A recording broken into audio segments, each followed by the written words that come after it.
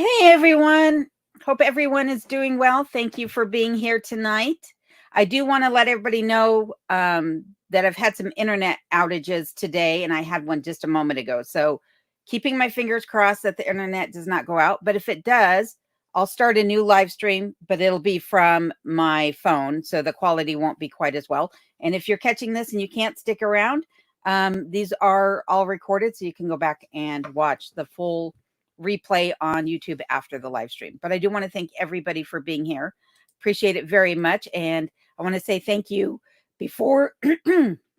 Sorry about that. I want to say thank you before I start also to my moderators. So that includes JR and Rob and Sarah over at Curmudgeon Inn and Bill at Alaska's Last Frontier Homestead. So thank you guys very much for being here and for helping me out tonight. And JR says, hello, early birds. Thank you, JR. And Carrie Ann, my friend, is here. She says, so looking forward to this tonight. I'm glad you could be here, Carrie Ann. Hopefully you're at home resting tonight and not at work. And Michelle Ellis, thank you for being here. Michelle says, hello, alone. And those who are already here. So excited to finally catch a live and not the rerun. Hope you all are well. Well, we hope the same for you, Michelle. And thank you again for being here for the live. And Barbara Albritton, thank you for being here. Barbara says, aloha. I've missed you all. And my brain isn't working right now. I could not remember the time difference. It's funny trying to function without coffee. I understand that one completely. And Barbara, I did see your message and I do want to wish you all the best. And if anything comes about that I'm aware of, I will reach out to you and let you know. But unfortunately, right now, I don't know of anything that I don't know of anybody in the area who's looking for a housemate, if that makes sense. And there's Rob and Sarah over at the Curmudgeon Inn who says, hello, everyone. Thank you again, Rob, for all your help tonight and for being here. Appreciate it. Rob also says, good evening, alone in remote Alaska. We're looking forward to the live tonight. Well, thank you very much. And for everybody who doesn't know, Rob and Sarah do their live streams weekly now on Monday nights, starting at 4 p.m. Alaska Daylight Time or Standard Time. And they're immediately followed by Alaska Cut the Cord at 5:45, and they run until about 7:30. So 2 wonderful live streams that you can catch on Monday night if that so tickles your fancy, so to speak. And hello, Tiff over at Original Six. How are you doing tonight? Tiff says hello, everyone. And Clint Gilchrist is here, and Clint says good evening from East Texas. And we got some salutations going back and forth here. And Debbie Ledbetter says good evening, alone, and all from Kentucky. And Donna Heaton, hello, everyone. I hope you're all doing good. Well, thank you, Debbie and Donna. I appreciate it. And Mrs. Smith says, hello, alone, and everyone. Thank you for being here, Mrs. Smith. And Rob and Sarah are reminding everyone to tap that like button. So thank you very much for doing that. I appreciate it. And those do help the channel and the algorithm to promote this type of content, not only to you, but to others who might be interested in it as well. And Barbara is saying hello from the Pacific Northwest. There you go, Barbara. And Bren Free, how are you doing tonight? Bren says, hello, lovely people. Hi, alone. Hi, Bren. I hope everything worked out for you yesterday with your family. I'm curious to know how everything turned out. And we got some more salutations going on. And Lindsay Salmons is here. Thank you, Lindsay, for being here tonight. I will get back to you regarding your last email as well. So thank you for that. And Clint is saying hello to Bren. And we have Ernie's Cabin here. Hello, Ernie. How you doing tonight? Hope you're doing well. And Lindsay says, glad to see everyone. And we have Heidi Watchowitz. I'm not going to be able to pronounce your name again. I tried to say it once and it didn't come out right, so I apologize. But Heidi says hello from Indiana. Thank you for being here, Heidi. And Ashley Anderson, hello. Always glad to see you. And Carrie Ann says hello from Ohio. Alone, you have another package coming to you. I'm mailing it tomorrow. Well, thank you, Carrie Ann. I do appreciate that. I'm very curious to know what you have sent. So thank you. And Rob and Sarah say, hope everyone is doing well, and we hope the same for you as well. And hello, Kim Rooch. How are you doing tonight? Who says hello, everyone. And Jenny Hogan saying hello from Sandy, Oregon. And we got some more salutations going on. And we have RMO24 Renee. Renee says hello from North Carolina. Hello, Renee. Good to see you again. Same to you, Pauline Parker, who says good evening, as well as Mary Beth Tanner. She says, hi, honey, I made it. Well, I'm glad you made it, Mary Beth. Good to see you again. And Alice Cohen is here, and she says, hi from Eastern Washington. Well, hello, uh, Alice. And Michelle Ellis says, hello alone, and all from San Diego, California.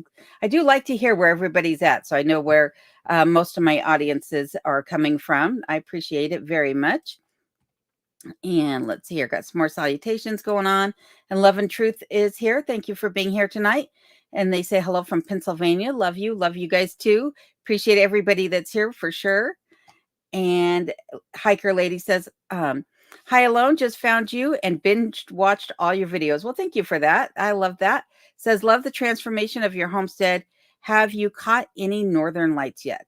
Yes. It took me a while after I first moved in to the property to realize what I was seeing.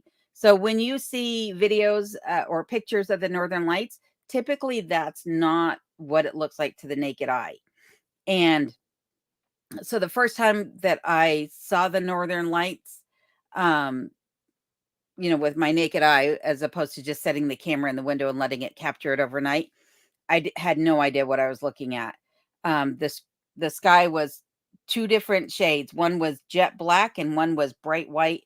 And it took me seeing someone else's video of the northern lights on the other side of the mountains from that are behind my cabin to realize that that's what it was the night prior that I had seen. That white spot in the sky was probably a very magnificent display of the northern lights. But I've seen them many times since then, and sometimes they are just as colorful as you see in the pictures. And other times, like I said, it's just a very white, moving, shimmering cloud in the sky. It's still very fantastic to watch, though. So thank you for that question. And Dee Stu, how are you doing tonight? Dee says, hello alone and all. Hope you're all well. Well, we hope the same for you, Dee. Thank you for being here again. And Rob and Sarah reminding everyone once again about the like button. Thank you for that. And Jerry, how are you doing tonight? Jerry says hello from North Texas. So glad you could be here with us, Jerry. And Pam Drain, same to you, says hello to everyone. So glad you're here. And LJ, how are you doing tonight? LJ says, hi, Alon. Great to see you. How was the weather? Has the weather been in Alaska? Much love to you. Well, much love to you too, LJ. The weather has been rainy for the most part. But yesterday we did get our first bit of snow. It was just a dusting, enough to cover the ground. But by about 2:00 this afternoon, it was pretty much all melted away, except for in the shady spots. And I don't think I'm expected to get snow again for about another week with any luck. I got my fingers crossed as best as I can. There we go. So holding out so far. It seems like it's going to come in slowly this year, which is kind of nice. And Ashley, yes, as I said, just a dusting, just enough to coat the ground and melt away by midday. So not too much. And Matthew Kelly, how are you doing tonight? Matthew says, hi, darling, from Baghdad, Kentucky. Well, welcome, Matthew. Thank you for being here. And Gail McMillan, same to you. Gail says, hope you are well. I am doing great. Thank you. And Connie Lip, thank you for being here tonight. Connie says, good evening, everyone. And Granny 74 is starting a homestead. Hello from Oregon. Well, hello, Granny. Nice of you to join me tonight. And Clint says, question, any more issues with the little critters try to come in and get warm? Actually, I've only seen one since I posted my last video about the mice. And that was probably, I don't know, 3 days maybe after I sealed up all the holes. But I have heard that Ermine, I got corrected, so I apologize. Ermine, I have heard him outside. I've seen him a couple more times, so he's doing his job. And last night, I got another visitor here at the property that is helping to eradicate the mice as well. So I'll share that in an upcoming video. But I have not seen any more inside the cabin itself, only one in the Arctic entry. So I think I did a good job of getting everything sealed up. At least I'm hoping. No more in the traps anyhow. And let's see, we got some salutations going on. And Kathy Robinson, thank you for being here. Kathy says hello to everyone from Mississippi. And Gail says she is Gail from McMillan, Chattanooga, Tennessee, is what Gail is saying. Well, good to know. Thank you, Gail. I appreciate that. And Sunshine is here, and she says, Sunshine says hello. 27 degrees this morning here in Kenai. Yeah, I don't know what the temperature got down to I know that about 10 or 11 o'clock this morning, it was 34 degrees outside here. So I assume it got down pretty low. I think tonight's low is going to be even lower. In fact, if I look at the weather here, tonight's low, tonight's low is going to be about 21 degrees. So temperatures are starting to steadily drop here and getting colder for sure. And we have Evelyn here, and Evelyn says, "Hi, Alone from Illinois. Well, thank you for being here." And Love and Truth says, "Always look forward to your videos." Well, thank you very much for that. I do appreciate that. Lindsay says, "No rush, lady. I just try to help where I can, and money is tight for us all. Just hope the link helped." Yes. Yes, I actually, the last one you sent me. So Lindsay's been communicating to me regarding some wood cook stoves, which I really appreciate Lindsay keeping an eye out for me on those. The last one you sent, though, absolutely beautiful. It was not exactly what I had in mind this go round. I had previously looked at some like that had the beautiful, colorful enamel on it. But yeah, it definitely, as soon as I saw it, I was like, "Ooh, I like that." But I'm going to wait just a little bit on the wood cook stove because I have some other things that I need to get taken care of around the cabin before that. So future projects would be the wood cook stove and getting a pickup truck because I can't haul water or much in the car that I have now. I bought the vehicle that I have now, which is a Ford Expedition, prior to moving up to Alaska, basically so that I could bring up as much as I could and have it enclosed without driving a moving truck up here. Um, and that worked out great. But right now, my focus is getting the electricity fixed on the cabin and the bunkhouse, and getting the driveway and the drive pad, the parking pad, rocked in, graded and rocked in for next year. So I wasn't able to get the electricity done this year. My son will come out next summer and do that. And then after we do that, then we can regrade.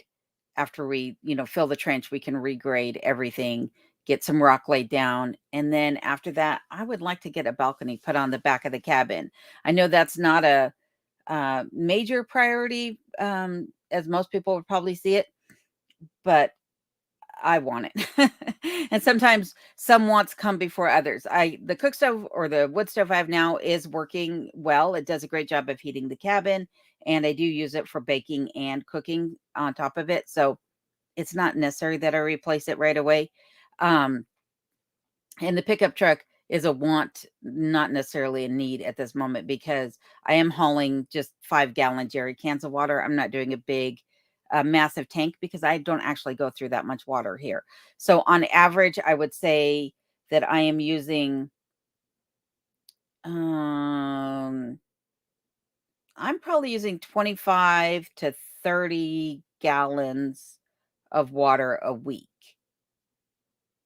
Yeah, about 25 to 30 gallons of water a week, and that's inside the cabin. That doesn't include any water I used, um, you know, taken into calculation for the summer month of watering my garden or things like that. That's just for me bathing, doing laundry, doing dishes, things like that is about 25 to 30 gallons a week. So I can manage, but I would like to eventually get a pickup truck and again, a wood cook stove. So thank you, Lindsay. And Jerry's this and that says, "Hello, Alone from Alberta." Well, thank you for being here, Jerry. I appreciate that. And Matthew Kelly says, "Tell me about the snow there." So the snow this year came in later than it has the last 2 years that I've been here. Last 2 years, it came in the 3rd week of September. This this year, I just got my first snowstorm and just a light dusting. The first year when I got here, it kind of tapered itself in, got some snowstorms, but they weren't real heavy.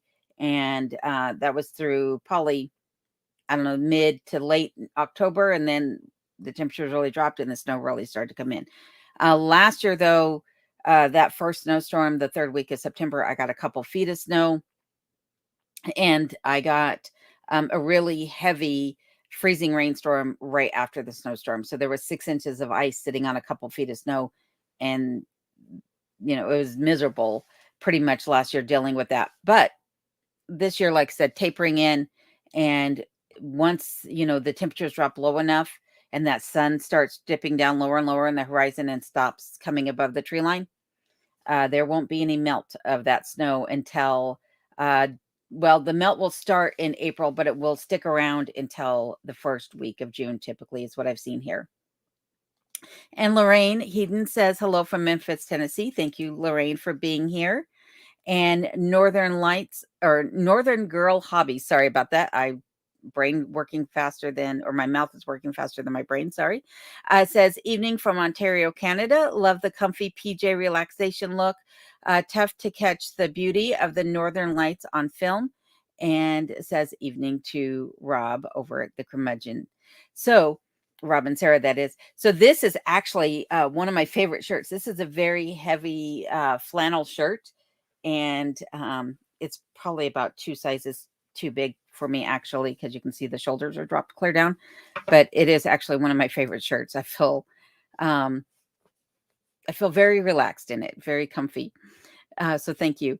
And Jerry's This and That says hi, and thanks to Rob over the Curmudge. And there is Ernie's channel link for everybody if you're interested in Ernie's Cabin. And I did see, and I skipped over it, so I apologize, where Rob had thrown up another channel link just a moment ago. So apologies for that. Oh, there we go. For Jerry's This and That also. So if you'd be interested in checking out those channels, Jerry's This and That and Ernie's Cabin, there are the links for everybody. And we have some more salutations going on. And Just BC is here and says, hi all. Hi, Just. How are you doing tonight? Hope you're doing good. And there's Northern Girl Hobbies channel link as well for everybody if you're interested in their channel. And another Northern Girl Hobbies is saying hello to Ashley and everyone. And saying to Rob over the Curmudgeon Inn and Sarah, not here to get link plugged, but appreciate all the same. Well, no worries. I'm more than happy to plug anybody's channel. If you have a channel and you'd like your channel mentioned, just let us know and we'll throw your link up, or you're welcome to throw it up yourself as well. Because if you have a channel, might as well share it with other people, because that's the only way some of us get promoted on YouTube, is by us helping each other out, because unfortunately YouTube's algorithm doesn't always recognize some of us, and that's unfortunate. So I'm more than happy to have you promote here if you would like. And Heidi says, when we see Northern Lights in Indiana, they look very eerie green. So the first times that I captured them on film, I just set my camera on a time lapse up in the back window of the cabin and let it run overnight. And those were very eerie green. If you look at my very first video, which is kind of like a spoof off of the old Elvira movies, it came out on Halloween 2 years ago. It was the first video I posted. And I'd gotten a lot of flack from my friends and family about moving up to Alaska, in this remote area of Alaska, all by myself. And they were telling me, that they were scared for me and all these things. They've since calmed down a little bit, but it made me think of Elvira. And so I made this spoof type video about it. But if you look at that, the Northern Lights are very green as they're crackling over the mountains. But I have some other videos, I don't know which ones they're in, where they're very bright, very beautiful pinks and purples, and just filling up the entire sky. And it can be quite fascinating to watch. But yeah, the Northern Lights can go sometimes as far south, I believe, as even like Colorado. My son and his roommate saw some last summer down there that were absolutely breathtaking. In fact, they were about as purple as the flower here in the Rivs little icon there, avatar. So pretty awesome. The Riv says, you look so beautiful. Make videos coaching about YouTubing. I don't know if I'm the right person to do that, but I did have somebody ask. Antoid Aussie as another individual who I discussed things back and forth with. And Antoid Aussie had asked if I could do a video about how I edit my videos. So I told her I would do that, because I know there are some people that are, curious about how to use the editing software. I just use a free software. I've bought editing packages. They're above my pay grade. I can't figure them out. But if I do these, I will do them on one of my other channels. So I have another channel that I had originally started, but I was doing relaxing sound videos, the kind of ASMR ambient sound videos, until YouTube kind of cracked down on those and said, we're not paying for these because they're like a radio station. We're not doing that. So all those videos are private now. They are only available to my channel members. But if I do any YouTube coaching or how to use the editing software, it'll be on that channel so that I don't conflate with the YouTube algorithm for this channel. But I like the idea. I just don't know that I'm the right person for it either, but I'll give what little information I can, I guess. Maybe, hopefully. And Ashley says, Alone, did you get your last load of firewood? Not yet. So last week, I was supposed to get my firewood delivered on Thursday. And there was an accident on the Glen Highway that shut the highway down for the majority of the day. I think from like 6 in the morning till 7 o'clock at night. A fuel tanker had tipped over. And so they rescheduled and they came out last Friday night. Well, last Friday night, I actually had a live stream scheduled with Rolling with the Brems. And so we had to repost or reschedule that one. And that one will now be happening on Friday the 13th. So as soon as he gets it put up on his channel, then I will promote it on my channel. But I hope to see all of you there at Rolling with the Brems on Friday the 13th. And I believe that'll be at 4:15 p.m. my time, or is that right? I got to think about what time that's going to be. Maybe it's at noon my time. I'll find out for sure what time it's at. But it'll be Rolling with the Brems on Friday the 13th. And the next load of firewood, which is the last one, will hopefully be here by the end of this week. But I'm not sure because he told me he had a conflict. So fingers crossed. But I did get 9 cords delivered so far. So I'm not in any jeopardy. I've got just as much wood as I had last year at the beginning of winter. And that extra 3 cords is just for the chance that I need it or to store for next year as well. So, and Kathy Barron, thank you for being here. Kathy says hello from Michigan. And Lindsay says, we got our first snow today here in Fairbanks. Not enjoying it, lol. Lindsay, I'm curious to know how much snow you got there for sure. I was actually in Fairbanks over the weekend. I'd gone up to do some shopping, and because I had not made a trip to Fairbanks at all this summer, and I wanted to get up there and just, do a little bit of shopping, but also see some of the fall colors up that way and what have you. And so I learned a couple of things was when I was in Fairbanks, and I'll be sharing those in an upcoming video as well. But it was beautiful while I was up there. It wasn't raining or snowing or anything when I was there. But definitely on the way back, I hit some snow. And Alina the fam says, hi. Hi, Alina. Thank you for being here. Renee says, did you get all the mice entries sealed up? She's laughing and says, cotton harvest starting here, mice galore. Yeah, anytime you have big field equipment, farm equipment running through those fields, it's going to chase those mice out. I think I got them sealed up. Fingers crossed. I haven't seen any more. So, and there is Nance over at Buckeye Bigfoot. Be sure to check out Nance's channel, especially if you have any interest in Bigfoot stories about Bigfoot, Sasquatch, or the like. She's your girl. So Nance says, I made it. Hello, everyone. Hello, Nance. How are you doing? I hope you're doing well. And there is her channel link, in fact. So be sure to check Nance out, especially, like I said, if you like those type of interesting stories. And D. Stu said, what's the weather up there now? Alone. Saw your snowfall video. That was a great video. Well, thank you. So that video, I did a short today regarding the snowfall. I shot the first half of that short yesterday during Rob's live stream. Rob or Alaska Cut the Cords, one of the two. I did the first half of that. And then before sunrise this morning is when the snowfall part was taken. And then luckily I was able to merge them together. It's almost seamless, but right now it's bright and sunny, but it's about 35, 36 degrees outside right now. So doing good now. Tomorrow's supposed to be a sunny day as well. So good day to get some outdoor chores done, like stacking that wood that I do have still sitting on the ground. I have about probably a cord, maybe a cord and a half still left to stack from the last 3 deliveries that I've gotten. And Northern Girl Hobby says to Lindsay, we have 3 weeks, hopefully, before the snow falls to get a blind man's off-grid property set up. Ugh, not a winter fan. Yeah, that would be hard. That would definitely be hard to do. 3 weeks, that's about how much time I had when I first arrived here before my first, snowfall came, but luckily, you know, other than a ton of running into town to get supplies, I probably didn't have as much work cut out for me as you do, Northern Girl, so I'm wishing you all the luck in getting that done. And let's see here, we got some salutations going on, and Becky Hewitt says, "Hello from North Chile, New York." Well, thank you for being here. And MJ Rental says, "I love to watch you as my grandson is a sports writer of Fairbanks Daily News, and it makes me feel close to him." Oh, well, that's nice. Thank you for being here, MJ. Glad to know that you have family here and that you can relate to all the things that are going on.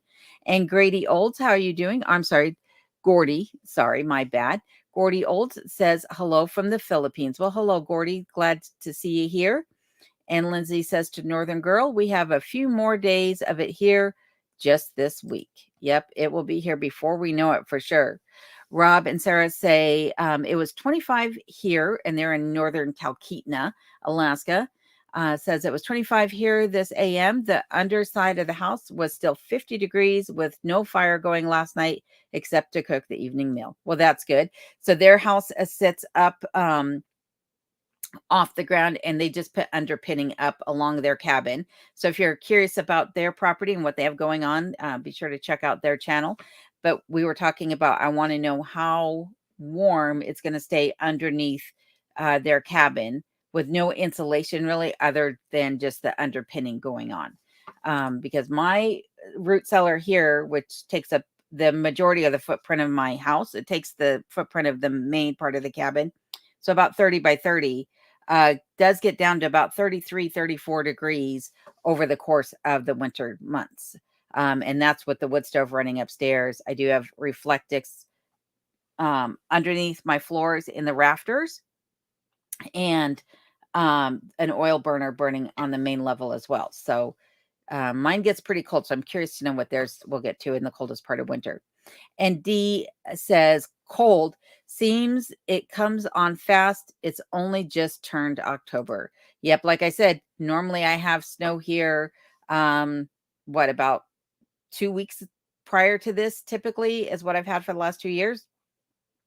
And what I've also experienced here is that during the month of October, it will be in the 30s generally. Excuse me. I'm going to get the hiccups, I can tell. But it'll be typically around 30 degrees here during the month of October. And then November, it'll start dropping down below zero. And I'll stay there until about into February, beginning of March. It'll start to warm up again. But it's typically pretty cold here in this part of Alaska. So, and these days at 35 degrees, they don't feel that bad outside until you really acclimate to it. You might be throwing on a light jacket in this part of Alaska, but come November, you don't really notice it. At least I don't. I should only speak for myself. I don't really notice it. And Crossroads says, "Hello from Carlton, Oregon," and Jerry. Well, thank you, Jerry, for being here. I appreciate it. Very glad to have you here. And Northern Girl says to Lindsay, "Yes, not particularly fun time of year, waiting for snow here." Yep, snow, snow, snow, and more snow is coming to all of us, or at least most of us, I would assume. And Lindsay says, "Where are y'all from?" And John, Alaska. Hey, John, I sent you an email. Be sure to check that out. I have a favor that I'm asking of you in that email that I hope you'll agree to. So, John in Alaska, be sure to check out John's channel as well. John is in the process of, I don't want to say renovating, but completing a cabin that he just bought up in Hatcher's Pass. And it's quite interesting to watch what he's got going on and all the changes that he's making to it to make it comfortable for himself. And it sure is a beautiful piece of property. So thank you for being here, John. And Northern Girl says she's in Ontario. And we got some salutations going on here. Curmudge Inn says to Lindsay, "Seen a few nice cook stoves on Marketplace down this way in the valley." Yep, if you had Facebook Marketplace, that's a great way to get things. And Bren says, "It's always great when you get all those big things done around the home. Takes time, but it's necessary so you can enjoy life more." Yes, Bren, that is exactly my goal. I just want to get all the big projects taken care of so that going forward, all I have to do is all the little maintenance things. But I have some big ticket items that I need to get addressed over the years. I'm just hoping that I didn't bite off more than I can chew. So, and Original Six says, I would want the balcony too. You will love sitting up there. Yeah, the views behind the back of my cabin are one of the reasons why I bought this property, and I want to take full advantage of them. So the balcony is definitely on that wish list. And Rob and Sarah over at Curmudgeon says, can you come and teach Sarah to use that little water? Lol. When I first moved into my cabin and I was trying to figure out, because I do have a 500-gallon tank of water in the cellar, but I don't have any indoor plumbing. I took all the indoor plumbing out. That's a whole nother story I'm not going to get into now. But I was trying to figure out how much water do I really need to live out here. And, you know, I was using a ton of water back in Colorado, but I also had my children living with me, and I had a huge garden that I was watering. And so I knew my water consumption here was going to be vastly different from what it was in Colorado. I had spoken to some people that live in Glen Allen that are also having to haul water in. And I asked them, you know, it's just you and your wife. How much water do you think you're going through typically? And they said about 500 gallons a week. And I was like, I'm in trouble, because even if it's just me, you figure I'm probably going to use anywhere from half to 2/3 of that. And I was like, I'm in trouble. But when it came down to it, I really don't use that much water. I don't do my dishes every night. I probably should. It'd probably be easier if I did it, but I think I'd go through a lot more water if I did it that way. If I did dishes every single night, I just make sure that they're wiped down and, you know, they're not sitting there caked with food or anything, and do my dishes about twice a week. And I bathe every other to every third day, depending upon what I've been doing. And that might be gross for some, but some days I'm not doing a whole lot other than, you know, working on the computer or attending to things around the cabin where I'm not really getting dirty per se. And laundry, I do my laundry by hand, and, you know, I wear my clothes sometimes 2 days in a row. So I'm not using a whole lot of water, thank goodness. And hello, Urban Bucket Homestead. How are you doing tonight? So glad you could be here. And Dimensional Horse, thank you for being here. Says, hello, alone. Love your videos. Well, thank you very much. I appreciate that. And there is John in Alaska's channel link for everybody. So be sure to check out John and see what he's got going on. And Brent says, every woman needs a pickup truck for all those things to buy. Yes, not only would I like it for the water hauling, like I said, but there are some things that I've had to ask some people in the community if they would help me bring back from Anchorage, because, like, I don't have a vehicle big enough for this. So, yep, pickup truck would sure be nice for those things. And Lindsay says to Rob and Sarah over the Curmudgeon, I will be starting my off-grid cabin next summer outside of Tok. So I'll be starting my dream, losing weight, getting healthier, being in pain, and finally enjoying life. That is the way to do it. Absolutely, Lindsay. So congratulations on your future cabin in Tok. And Matthew says, so are you stocked up on food and firewood? What was supper tonight? So yes, stocked up on food and firewood. Have all those provisions put away. And supper tonight was lamb stew. Not an Irish lamb stew, but a Moroccan style lamb stew with lentils and chickpeas and a bunch of vegetables in it. So it was really good. Not as spicy as I would like it, but it was still really, really good. And Rob is saying to Lindsay, very good. We are remote north of Talkeetna, just a bit. And Lindsay says 35 gallons a week. Lord, I use that in a few days making tea and coffee. Oh my goodness. I only drink 1 cup of coffee a day. If I drink more than that, I am jittery. I get so wired that I get a headache if I drink more than 1 cup typically. And Matthew says, I lost you. Baghdad may be more remote than Alaska. Maybe. And there is Poor Man's Homestead in Canada. Hello, Poor Man. How are you doing? I hope everything is good in your neck of the woods. We got some salutations going on, and AFJ's here. AFJ says, Alone, good evening. Very nice to see you tonight. Very nice to see you also, AFJ. I'm glad to see you here and hope that you are doing well. And we got some more salutations going on. And Lindsay says to a Cremage Inn, once I get set up, y'all are more than welcome to park a camper for moose season if you want. Well, that's very generous of you, Lindsay. I'm sure they appreciate that. And there is Poor Man's Homestead in Canada, BC's channel link. So be sure to check out Poor Man and everything he's got going on. And Poor Man says he likes comfy pajamas too. Yep.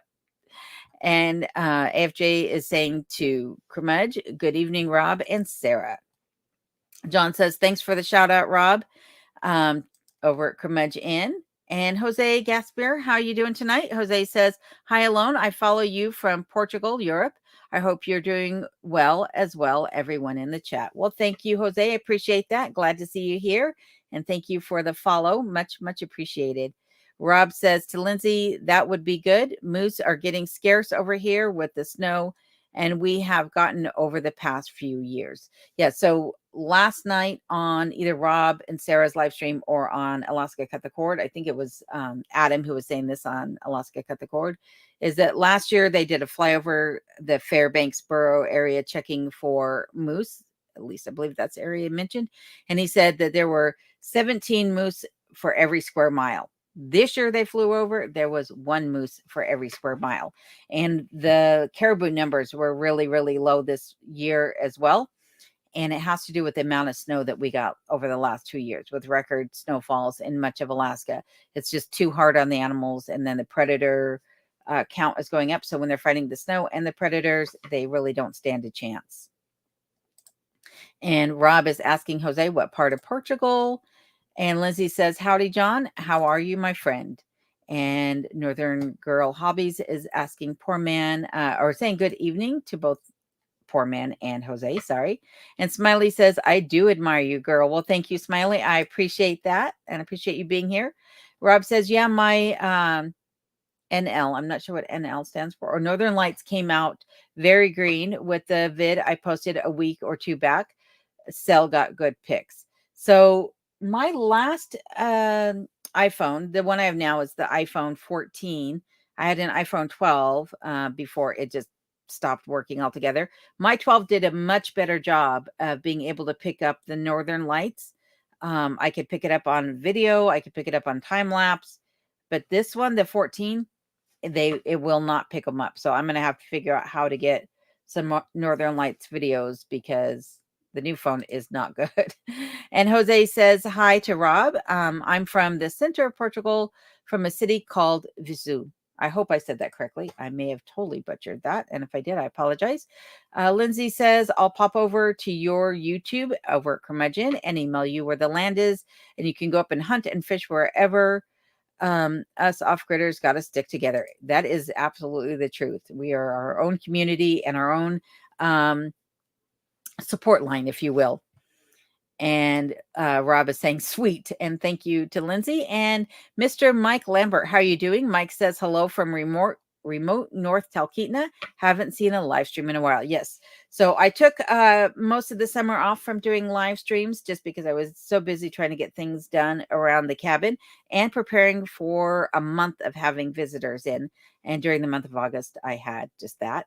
And so I did a live stream back in September, and I will be doing them at least once a month. It might increase, it might not, but at least once a month for now. And I'll also be doing a Q&A video once a month where I answer everyone's questions that come up or some other questions. In fact, that's what this week's video is about, is a Q&A. So if you are curious about some of the things that people have asked or where my answers might lie, be sure to check out this week's video, which should be up on Friday. And Roma Lester, how are you doing? And says, I've seen them in Spokane, Washington. Yeah, the Northern Lights are pretty amazing. Usually they're right there, you know, as far south as the Canadian border, maybe the top of the United States, but sometimes further south. But if you can see them, it's well worth watching. And Mountain Mariner says, ooh, Northern Lights chat. So this is Ed over at Mountain Mariner off Grid, Alaska. And Ed just posted a video where he had several days of northern lights up at his cabin. So be sure to check out Ed's channel. I'm sure Rob will be throwing up his channel link here in a moment, but be sure to pick up Mountain Mariners Off Grid Alaska's channel and check out that video. It's pretty cool. And Ed is also saying hello to everyone. And AFJ is saying, was the deadline for your P.O. box October 1st? I did move my P.O. box date out to November 1st this year.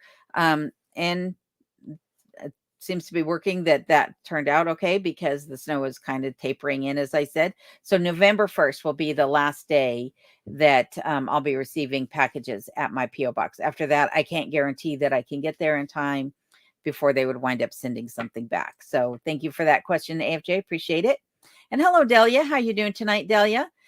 She says, hello, alone. Sure, I've sure missed you. Well, thank you very much for that. I appreciate it. And I appreciate seeing you here again. Hope you're doing well. And John says to Lindsay, I'm doing just fine. Thank you. That's good to hear, John. And Krumudge, Rob is saying, nice. My family is from Porto and Madeira. I'm sure I just totally mispronounced that last one. I'm not even going to try again because my brain will get tongue twisted.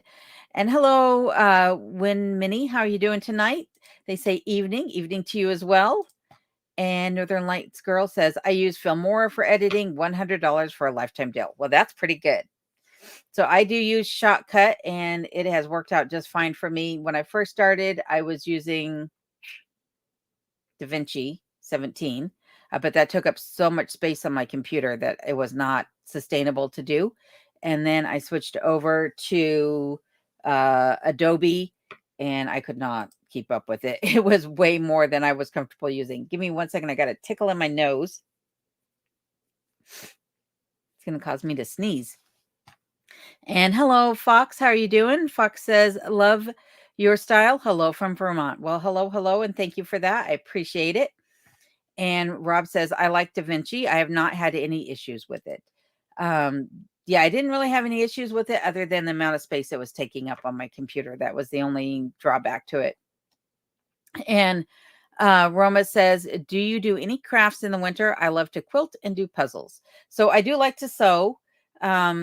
So in the wintertime, I would say that's probably the one thing that I would like to do. So far, I haven't had a chance to do it. I was actually looking for some magnets in my sewing room today because I bought some new pants and they still have the security tag on them. I should have known when I went through the thing because the beeper went off, but other people were going through the door as well. So I wasn't sure if it was my clothes or the things that other people had. But I haven't been using my sewing room, so I don't exactly know where the magnets are that I keep in there for picking up pins and needles off the floor. But sewing would be my wintertime craft for sure. And John McLaren says, hello from Canada. Keep it up. Hugs and kisses, John Off Grid. Well, thank you, John. I appreciate that very much. And John in Alaska is saying hello to Ed. And Jose says, wow, to Rob over at the Curmudgeon. Sometimes the world seems small. You're always welcome to visit Portugal. And if you don't mind me asking, how do you end up in Alaska so far away? And Mountain Mariner is saying, how do I respond to individuals again? I'm on my laptop for a change. How do you respond to individuals again? I think you just do @ and then type in whatever their screen name is. And it's case sensitive, I believe, is how you'll do that. And Northern Girl says to Roma Lester, I love working with epoxy, have more projects to do in due time. I have an uncle that paints for a living, and he coats all of his paintings in epoxy. I'm pretty sure you're talking about doing something different with epoxy, but man, that epoxy sure adds a beautiful finish to all of his paintings for sure. But it is, or can be, difficult to work with for sure. And Hiker Lady says, I know you're waiting to find a new wood burning stove. Were you able to repair the crack? I saw someone gifted you a repair kit. That was sweet. Yes, it was very, very sweet that I got that. And it did work for a while, but that crack has since started to open up again. I don't think I applied enough of the cement on top of it to actually do an effective job at sealing up that crack. What I need to do is have somebody come out and just weld a new top on it. If they did that, the stovetop would be just fine. But I'll be reapplying some of that fireplace cement again this year. Once I get the stove up and running, I haven't used it yet this year yet. So once I do, I'll put it back on. But other than that, it only just recently opened up. So I would say by the end of this last winter is when I saw the crack reappear. And RBH, Hannah, how are you doing tonight? I hope that you're doing fine. And I am so sorry to hear about your mom. That is so sad. I was wondering about you today because I actually hadn't seen you in the comments for a while. And so I was actually wondering if that's what had happened. My thoughts and prayers are with you and your family, though. And you have my condolences for sure. And Alina, the fam, says, my internet disconnected for a few minutes. Oh, boy. Yeah, same. Same. That's what mine was doing earlier. I'm just glad it hasn't cut out yet so far. And I hope everyone can hear me and see me just fine and that there aren't any issues. So if things go wonky, like I said, I'll just start a new live stream from my phone. And hello, Costa 16 Auto. How are you doing tonight? Good to see you again. Costa says, Bush Radical also has a live stream right now. I do prefer yours, though. We'll watch his recording later. Well, that's quite the compliment. I appreciate that. I do like Bush Radical, though. He has the best storytelling voice out of probably most channels that I watch or pay attention to. So that's quite the compliment. Thank you very much, Costa. And there is shows 4 p.m. out time. I'm not sure what this is, Rob. Is this for the rambling?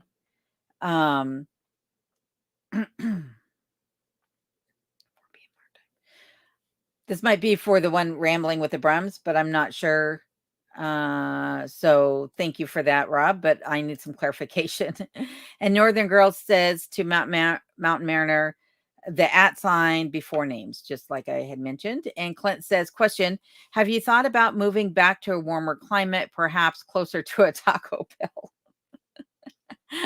No, I moved as far away from Taco Bell as I could, just due to the amount of emissions that Taco Bell is known to cause. Just giving you a bad time, Clint, but that is funny. And Lindsay says, not even an inch yet of dust, or not even an inch yet, just a dusting so far. Yep, same here. Same here. So good that you didn't get too much up there in Fairbanks. And Ed is saying, yes, I know about the @ sign, but I thought there was a click deal. If it pops up, but if you're doing it, if you're on your laptop, it should. Sometimes it does, and sometimes it doesn't. I don't know what to say, but I know when I'm responding to people off of my phone on other live streams, the @ thing never brings up the thing to click on. So, and I don't know if they're actually seeing it in color when they see their text or the chat messages. Sometimes it works, sometimes it doesn't. Who knows? YouTube's funky. Hello, Amber Light. How are you doing tonight? Amber says hi from New Zealand. Love your videos. Well, thank you, Amber. I appreciate that. And I appreciate you being here also. And Ed is saying, just start typing the name and it gives me options. There you go. That's what I was talking about. And Lindsay says he emailed Rob, and we got some salutations going on here. And Rob is saying to Jose, I'm a third in generation in the USA. My great-grandparents came over in the late 1800s. That's my favorite time period in history is the 1800s, late 1800s. Well, I shouldn't say that. I do like the late 1800s, but also like the late 1700s. That's just me, though. Lindsay says to Ed over Mountain Mariner, how are you, my friend? And Lindsay says, just saw it pop up. So Rob is saying that about the email. Rob is saying that it is currently 46 in North Talkeetna. And here, like I said, it's about 35 degrees right now. So 11-degree difference between the two places.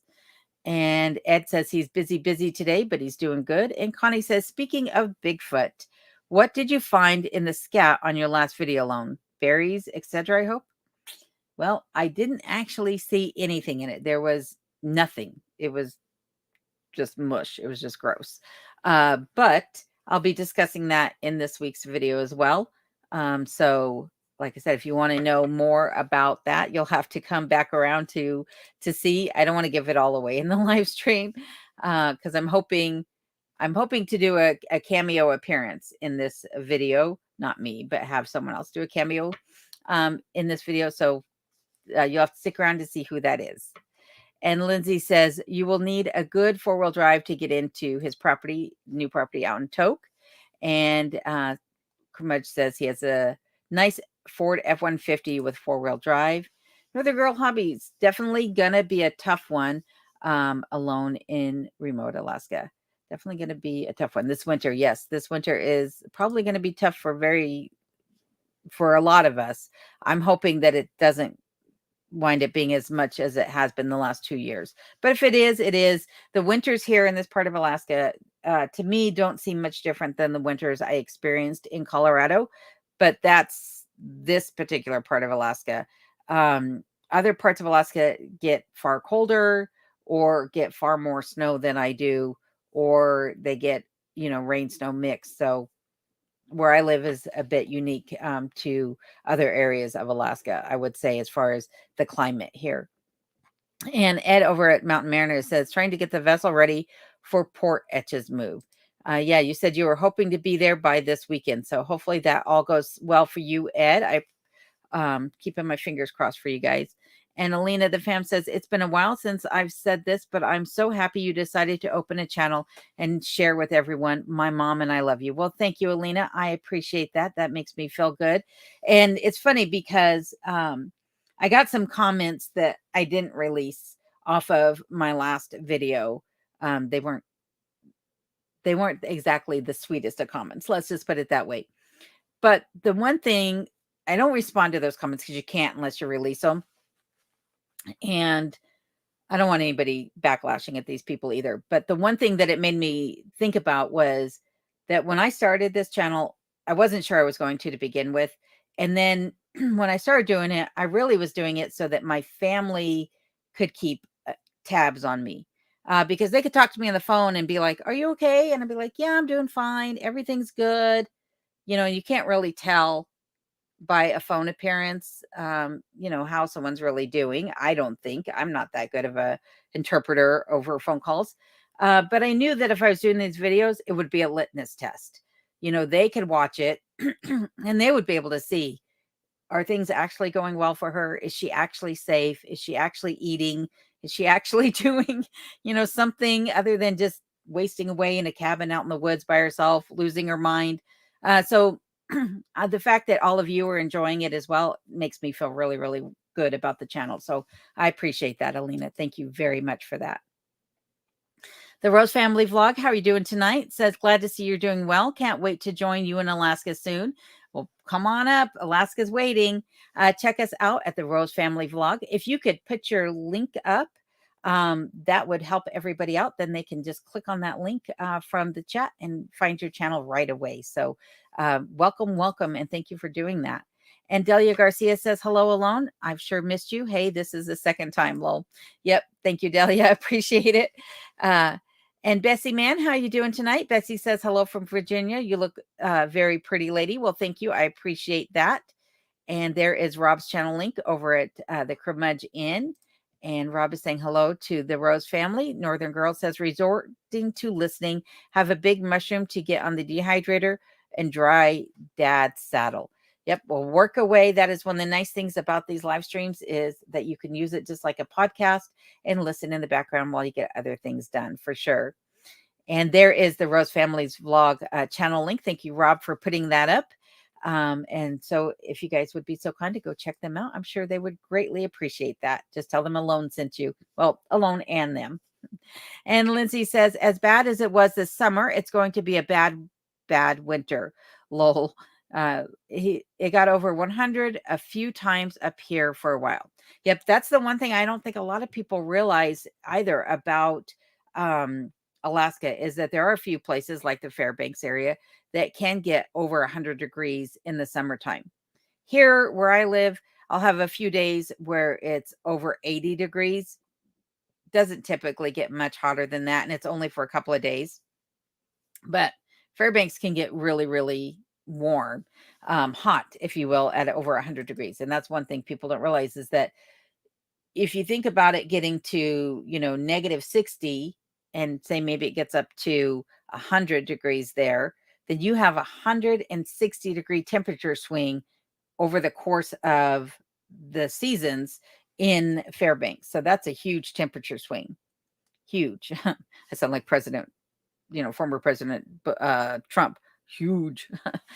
Bessie Mann says our fall colors are coming on fast. We have cool mornings and nights, but very warm days still. It is that time of the year when the weather makes everyone sick. Yeah, when everyone starts coming inside and you have humidity coming up and, yep, yep. It is definitely that time of the year where everyone gets sick. That is one of the nice things about being here. Since I don't have a whole lot of contact with the outside world, I don't typically worry about whether or not I'm going to catch a cold or get sick. But the few times I run into town, I always make sure that I'm taking some antivirals and, herbal remedies before I head into town and some things that will boost my immune system just so I don't pick up something while I'm in town, since I'm not keeping up on, that antigen response from being around people all the time. So I hope you guys are all doing well, though, and nobody's sick. Hope, hope, hope, that is. And Patricia, how are you doing? I appreciate you being here again. Patricia says, I just made it. So happy I didn't miss all of your live stream. Well, thank you, Patricia. Glad you could make it. Kermudge is talking to Lindsay again and says, glad we are not in the interior like you. We left Florida because of the heat. Yeah, I can't stand the heat. That's one of the reasons I did not look at Fairbanks. That Fairbanks actually sits in a bowl. Like they sit a little bit of a lower elevation than the surrounding area.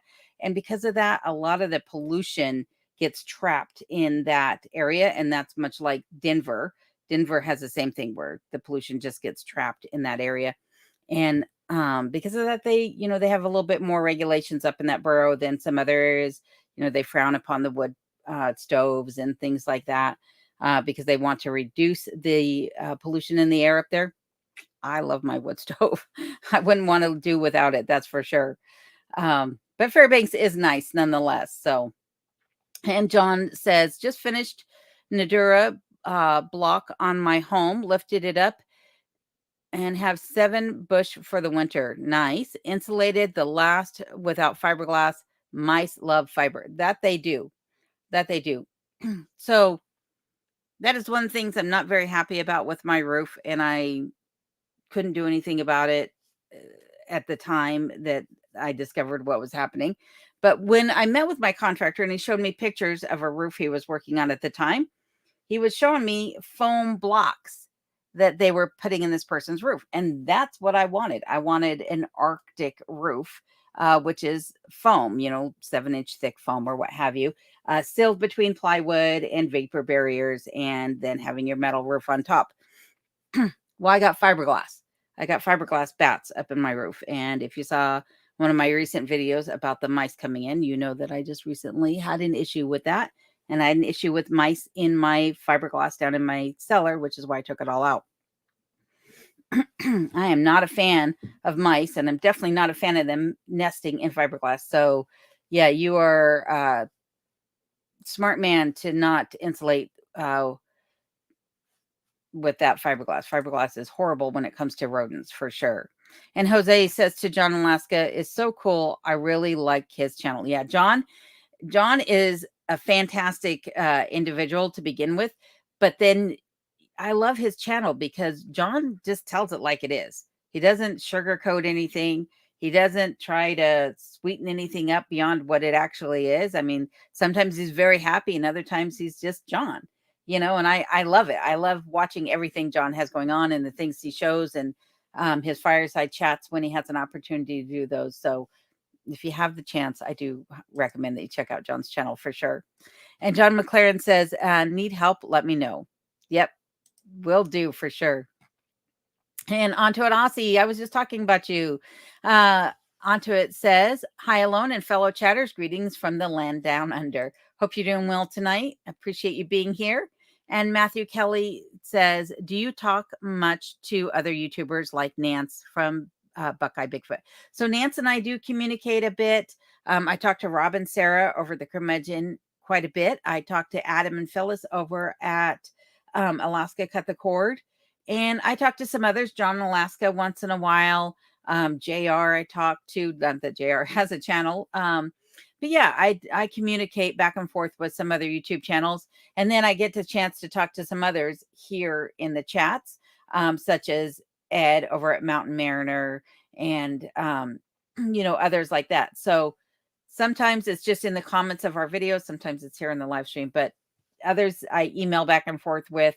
And it's nice. It's nice having that communication between everyone. And it actually feels like having a big family here. I feel very welcome, and I have from the beginning. So, yep, it's nice. And Lindsay says, actually, I enjoy the interior. The cold doesn't bother me, but the heat gets me every time. Yep. I would be the same way. I would never want to get out of bed if it was hot. So I'm probably opposite of most people. When it's cold, I have lots of energy. I want to get things done. When it's hot, it just makes me want to sleep. So we have some salutations going on, and John in Alaska is saying thank you to Jose. And Alan Hover says, love you too. Well, thank you, Alan. I appreciate that. And Fuzzy Forks, how you doing? I haven't seen you in a while. Fuzzy says, alone, are you wearing your night clothes? No, it's just a big corduroy top. It's actually a corduroy button down top. It probably looks more like PJs when I put the sleeves down, but it actually isn't. So I wish it was pajamas. That'd be nice, but oh, that's hilarious. And we got some more salutations going on. And John says, I got your email loan. I will see if I'm able to do it. Well, thank you, John. I appreciate that. Just let me know. And if you need some assistance, let me know. I'll be more than happy to walk you through everything. And Lindsay says, grew up in New Hampshire, so I love the cold. Or I'm just saying this to Lindsay. Sorry about that. I was in Florida to help my mom then and stayed for 30 years. And we got some more salutations going on here. And Ashley is saying, don't forget the thumbs up. Thank you, Ashley. Greatly appreciate that. Lindsay is also talking to Rob again, saying, I got kinfolk in Valdosta, Georgia, and Florida, and Alabama. I try to avoid the heat if I can. I just ain't built for it, lol. That's how I am. I am not built for the heat. Sorry, Spencer. I just skipped right over you there. Spencer Moore says, are you all stocked up for winter and food? What an awesome feeling. You did awesome last season. Well, thank you, Spencer. I appreciate that. Yep, all the winter food is stocked up. I just have a little bit of things I need to process still out of the garden. But yeah, the winter food is all put up. So other than those few things, I am feeling really good about that. And Panhandle Off-Road Ranch, how are you guys doing tonight? So glad to see you again. Says hello from Oklahoma City. Truck it up this week. Good to see a live stream. Well, thank you very much. I appreciate it. And I appreciate you guys being here as well. And let's see here. And Rob is saying thank you to Jose for the sub. And Fuzzy says, alone, since you don't have a truck, get a trailer. Yep, I've thought about that as well. But I don't really want to be towing any more than I have to. Let's put it to you that way. I'd rather have the truck. And besides that, there's nothing like going down an old country dirt road in I want to say a Ford pickup truck, but to me, it doesn't really matter. In an old pickup truck, I'm nostalgic. I want the truck more than I want the trailer. Ashley says, alone, have you thought about getting a trailer until you get a pickup? Just as we explained, or I explained, sorry. Might get you by and not as costly. Yeah, I'm sure it wouldn't be as costly. But like I said, nostalgia's got the better of me sometimes. And Shaw says, this is cool. First live stream I've been able to catch. I'm sitting here in California, really wishing I was in Alaska. Hope all is well and you're thriving. Well, thank you, Shaw. I appreciate that. And Alaska would like to have you come on up. And thank you for watching as well. And Amanda Brinkley says, yeah, I had a bad stomach virus that lasts about 10 days. Oh, my goodness. That's not good. That's like that rotavirus. I hope you're feeling better now. Lots and lots of fluids. But I definitely hope you're feeling better. And I know you don't need me mothering you. It's just habit. And Donna says, alone, did you get your new countertop? I'm from Washington State on the western side. My countertop is on. It's been on for a while, the stone piece and the butcher block slab.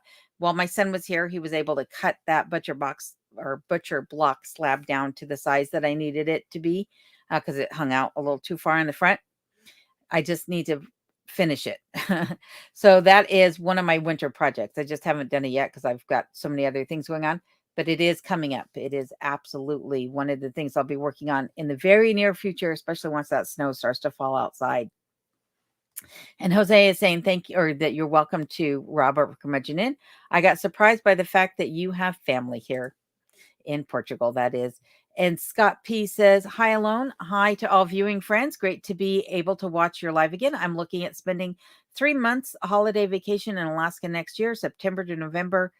Any must-do suggestions?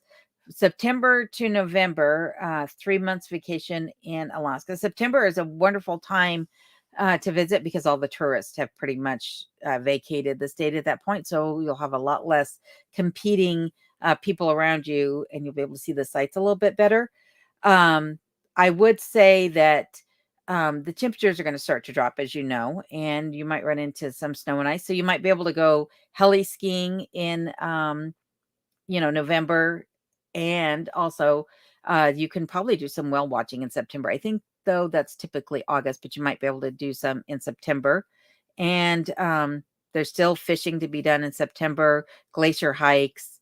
There's all sorts of things you can do. The roads are still really open in September typically, so you could get back to some of the remote areas, like McCarthy or Tok, or travel around the state. You could get to Denali National Park during that time. I just did a video recently on Denali where you can only travel in about 29, 30 miles.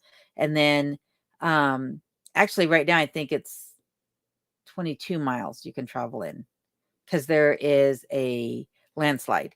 But nonetheless, you can take a bus tour there. I recommend if you do it early in the day or late in the day, and you'll get the best wildlife viewing. But there is still a lot to do during those months. But it depends upon, where you're staying and what your interests are more than anything. But I'm sure you're going to have a fantastic time nonetheless. And Michigan Silverback, how are you doing? It's good to see you again. Michigan says, first time I've been able to catch a live stream. Your journey is incredible. Thank you for sharing. You're so brave. Well, thank you, Michigan. I appreciate it. And I don't know if I'm brave. Sometimes I just think I'm more stubborn than anything. But Kimberly says, hi, Alone. Great to see you again. And hello to John in Alaska. Well, hello, Kimberly. Thank you for being here again. And Amber says, you're such an inspiration. Well, thank you. I appreciate that. It's nice to know that I inspire others. I never thought I would hear that, to be honest. I just, you just go about your daily life. You don't ever think about things like that. So it's kind of mind boggling to hear. And Kermej is speaking to Jose and says, only speak a little. I need to learn more as far as the language in Portugal goes. So for the Portuguese. And Fuzzy says, Alone, don't you folks in Alaska worry about where you park your vehicle due to a tree coming down on it and leaving you stranded? Yeah, I'm sure there are people who worry about that.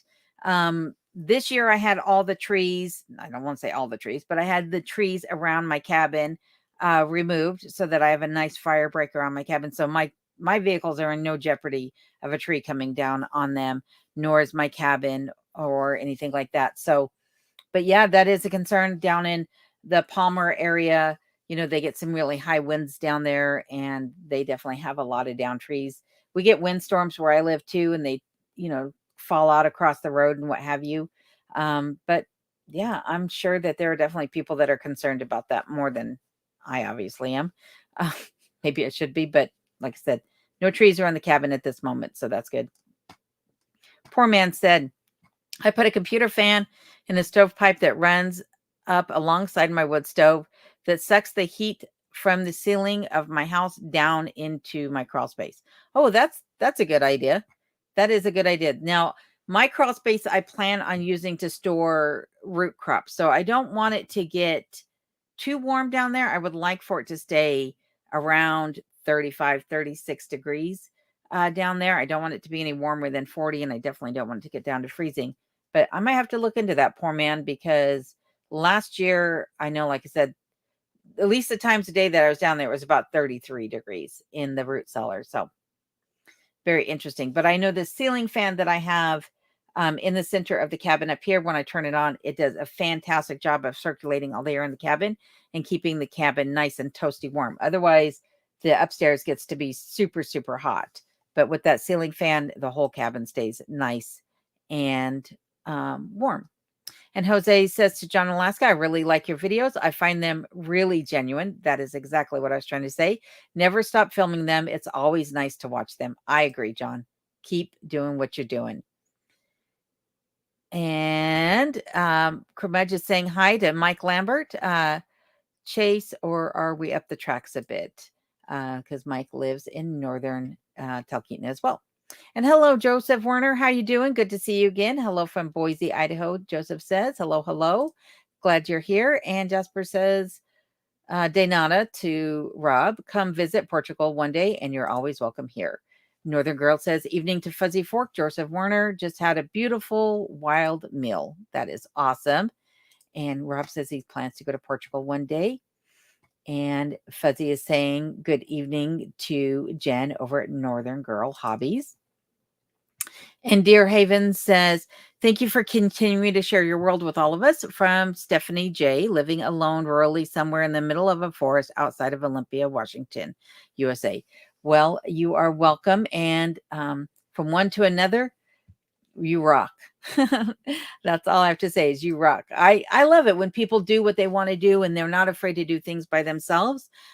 There's nothing wrong with having people around you by any means, and having that camaraderie and that bond and what have you. But when you have that adventurous spirit and you're able to go out and just do things on your own, in my opinion, that takes a special kind of person. And I'm not just saying that because I'm doing it. I'm just saying those are the people that I am always amazed by, that someone who can just get out there and do it, and good, bad, or indifferent, they muster through. I think that's pretty incredible. So maybe that's why I live the way I do, because I've always looked up to people like that. So Ed, or Rob is asking Ed if it turned back to rain in Valdez, because yesterday it was raining really heavily throughout the day in Valdez, as well as the Copper River Basin where I live. And then for me, it turned to snow overnight, and was expected to turn back to rain, but didn't for me here at least. And Northern Girl says, good to know. I have a laptop issue happening. I'll check out that program. You are welcome, Northern Girl. Just look up Shotcut online and you can download it for free. I forget where it's from. Hi, Mike. How are you doing, my friend? Mike Falunga is here. And Mike says, oh, we're looking a little comfortable tonight. Yeah. A little bit more relaxed than you guys probably typically see me, but again, not pajamas. It says to Rob, it cleared up in Valdez today. Cool, clear, and no rain, which was good since we are out on the back deck working on cranes and lights. Yes, that is very, very good. Northern Girl is saying, evening, my friend, to Fuzzy Fork. And Sparkly, how are you doing? Sparkle says, hi, Alone. Send positive vibes from Delaware. Well, thank you, Sparkle. I'm so glad to see you here again tonight. And there is Ed's channel link over at Mountain Mariner Off-Grid Alaska. So be sure to pay Ed a visit and see what he's got going on up at his place in Talkeetna as well. And Northern Girl is saying evening to John McLaren. And Mountain Dweller says, hi, Alone. So glad you got some things done before the snow. How do you keep your vehicle's maintenance care? I'm a female, but I can only do so much on my vehicles watching from Northern Arizona. So luckily for me, my dad was very adamant that I was going to learn how to fix a car before I was going to learn how to drive a car. So I helped my dad rebuild the engine in my sister's Ford EXP when I was growing up. I didn't probably do a whole lot because I was very young, but I did do some. And, he taught me basic mechanics, basic understanding of how a car engine works and the differential and things like that. So again, I also still have limited things that I'm able to do. But for one thing is there are a couple of mechanics in the area. So I have used a mechanic up in Glen Allen. I've used a mechanic elsewhere in the area, and they've been able to take care of some of the things that I've had going on with my vehicle. Unfortunately, I still have an issue with my vehicle that I'm not able to fix myself, but thanks to my son, I was able to diagnose it better than the mechanics were. Yeah, see that look? That's a look of, I put a lot of money into a vehicle and it's still not fixed.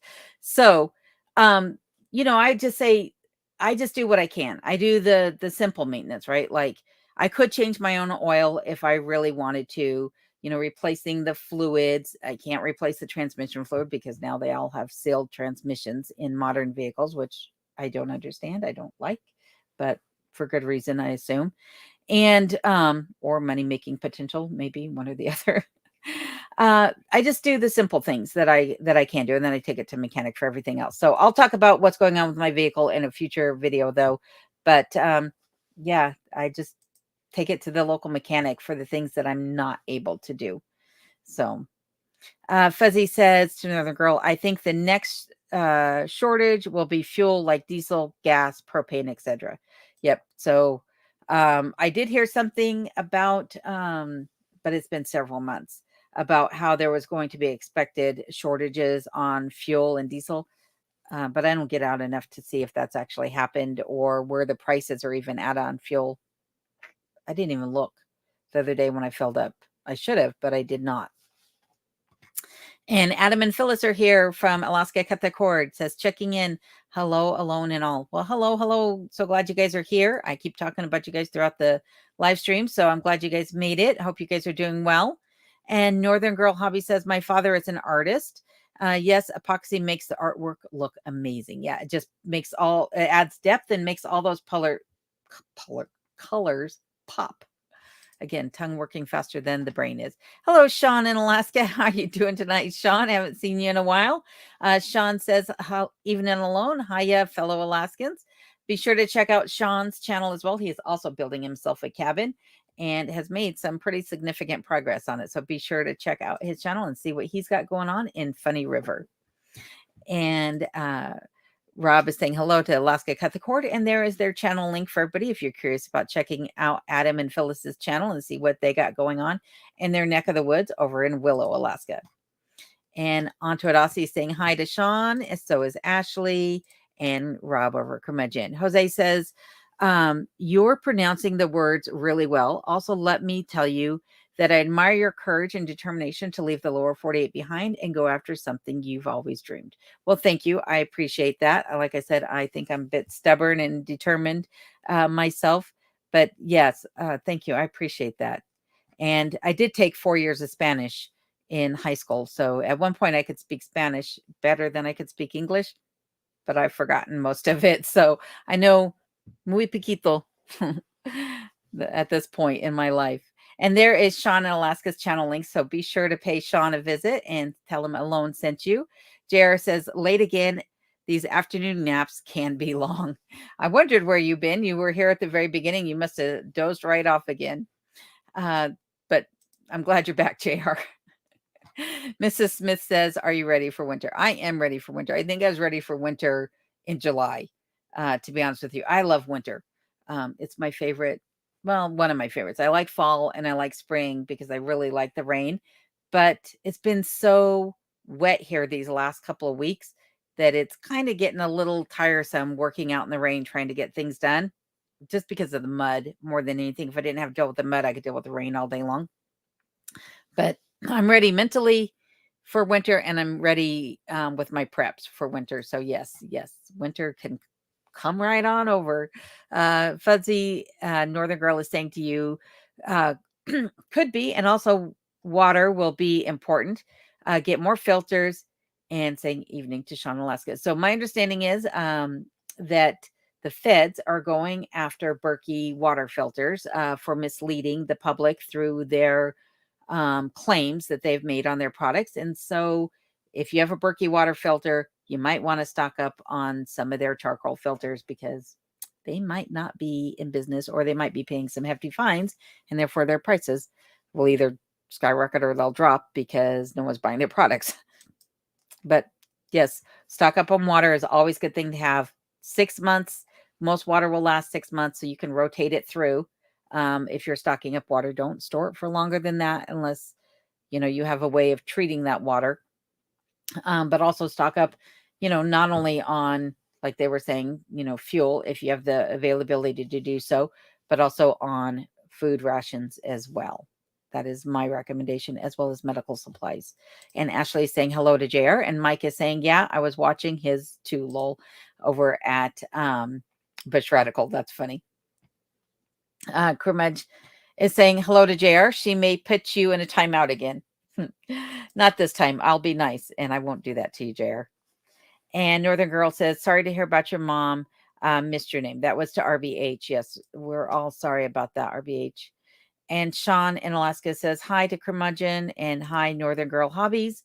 And Rob said the link he provided earlier, way back, was for, yes, Rambling with the Brums. It says 4 p.m.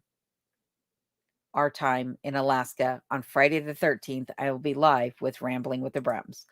So thank you for that, Rob. I appreciate it. JR says, if so, I will go back to napping if I put him in a timeout. Accidents happen. Let's just say that. Northern Girl Hobby says no to the Taco Bell. Poor Clint. Nobody likes your Taco Bell. Apologies. D Stu says, so sorry to hear about your mom, RBH. So difficult passings. Please take care. Yes, exactly. Take care of yourself, please, and your family. Fuzzy says to Northern Girl, Jen, I have a large creek plus 2 springs that come out of the hill. You can see my hill on a video about getting up Fuzzy's hill. There you go. And Antonasi says, Mod's time out for Clint. He mentions Taco Bell. Oh my goodness. Northern Girl says to Fuzzy, those springs are super special. Send it to me on Discord. Yeah, so if you have a natural spring on your property, I think you're really, really fortunate. I do not have, well, I shouldn't say that I don't have a spring. I have a spring near me, but I just don't know if I can get to it. It's not one that's easily accessible by any means, for sure. Not like the one they have over towards Willow, where you can just drive up to the side of the road and collect the water from the spring. Mine's not like that. JR saying to Rob at Curmudgeon Inn, missed your live, was fixing a brother's fence. Always something to do, for sure. Clint's laughing at Aussie. And poor man is saying good evening to you too. We got some more salutations going on here. Ashley says Taco Smell should be the name, not Bell. Oh my goodness. And let's see here, more salutations. And Heather Coisen says, you're braver than me, Missy. Mad props. Well, thank you for that. And thank you for being here tonight. And Mountain Mariner says 100% poo. Yeah, the scat I found in the woods was 100% poo. There was not even a blade of anything in there, no berries, no nothing to indicate one thing or another. So no evidence of what it could be. Fuzzy says to Northern Girl Hobbies, we'll send it, girl. But springs are not shown as I didn't want to get out of the Jeep. I understand that one. Sometimes when I'm filming, it's just from the windshield or from the side of the car. Sometimes I don't want to get out of the car either. Rob is saying first warning to Clint for the Taco Bell comments. JR says Taco Bell is for people that are backed up. Oh my goodness. And still some more greetings here. And we have Big Bear Crispy. How are you doing tonight, Big Bear? Says getting our first snowfall in North Pole. That's what I heard. I heard it's snowing up there. Luckily, while I was up your way this weekend, it was not. I had great weather up there this weekend. So let's see here. More salutations and laughing at each other. Northern Girl says to Lena the fam, glad I found her channel also. Well, thank you, Northern Girl. Appreciate that. Lindsay Salmon says, I mean, Valdez gets about 30 feet of snow every winter. I'm glad I don't live there. Yep, that's kind of how I feel too. I am definitely glad that I don't live in Valdez, because I'd want to get out in the wintertime. Not that I would necessarily have to. Give me 1 second. I'm getting a phone call, which I don't know who that would be. Sorry. But I kept hearing my phone. I was like, why is my phone buzzing? Valdez does get about 30 feet of snow. It's a lot. It is an absolute lot. I mean, they do keep the roads cleared. They have good snow removal, but I don't know that I want that much snow. And Kim Rooch, how are you doing tonight? Kim says, I'm glad I found your channel too. Well, thank you, Kim. Appreciate it. And appreciate Northern Girl seconding that again. And Kate Alexander, how are you doing tonight? Kate says, I live on what used to be farmland of Mount Vernon Plantation. Oh, am I jealous? Oh, am I jealous? Let me tell you that right now. Much history. You would enjoy it. I would absolutely enjoy it. In fact, I was just having a conversation with a friend of mine about my outdoor kitchen. They totally misunderstood what I had in my mind when I was talking about an outdoor kitchen. And I was talking about George Washington's outdoor kitchen at Mount Vernon. So yeah, I would be in heaven. I am so happy for you. I can't even tell you. If I didn't live in Alaska, if I didn't live in Colorado, I would go be a reenactor. Yeah. And reenact, the late 1700s. That's what I would do. But not that I know enough to probably pull it off, but I would learn over the years for sure. And Shaw says, I've heard chatter that El Nino will lead to a drier, warmer winter, even in Alaska, but I'm no meteorologist. Yeah, I don't follow the El Nino, La Nina, sorry, and El Nino. I don't, I don't know which is warmer and colder and what causes what to happen, but we'll just have to wait and see what winter is going to be like this year. I'm hoping that it is a little bit drier this year, a little bit less snow, so that the wildlife has a chance to repopulate its numbers next year.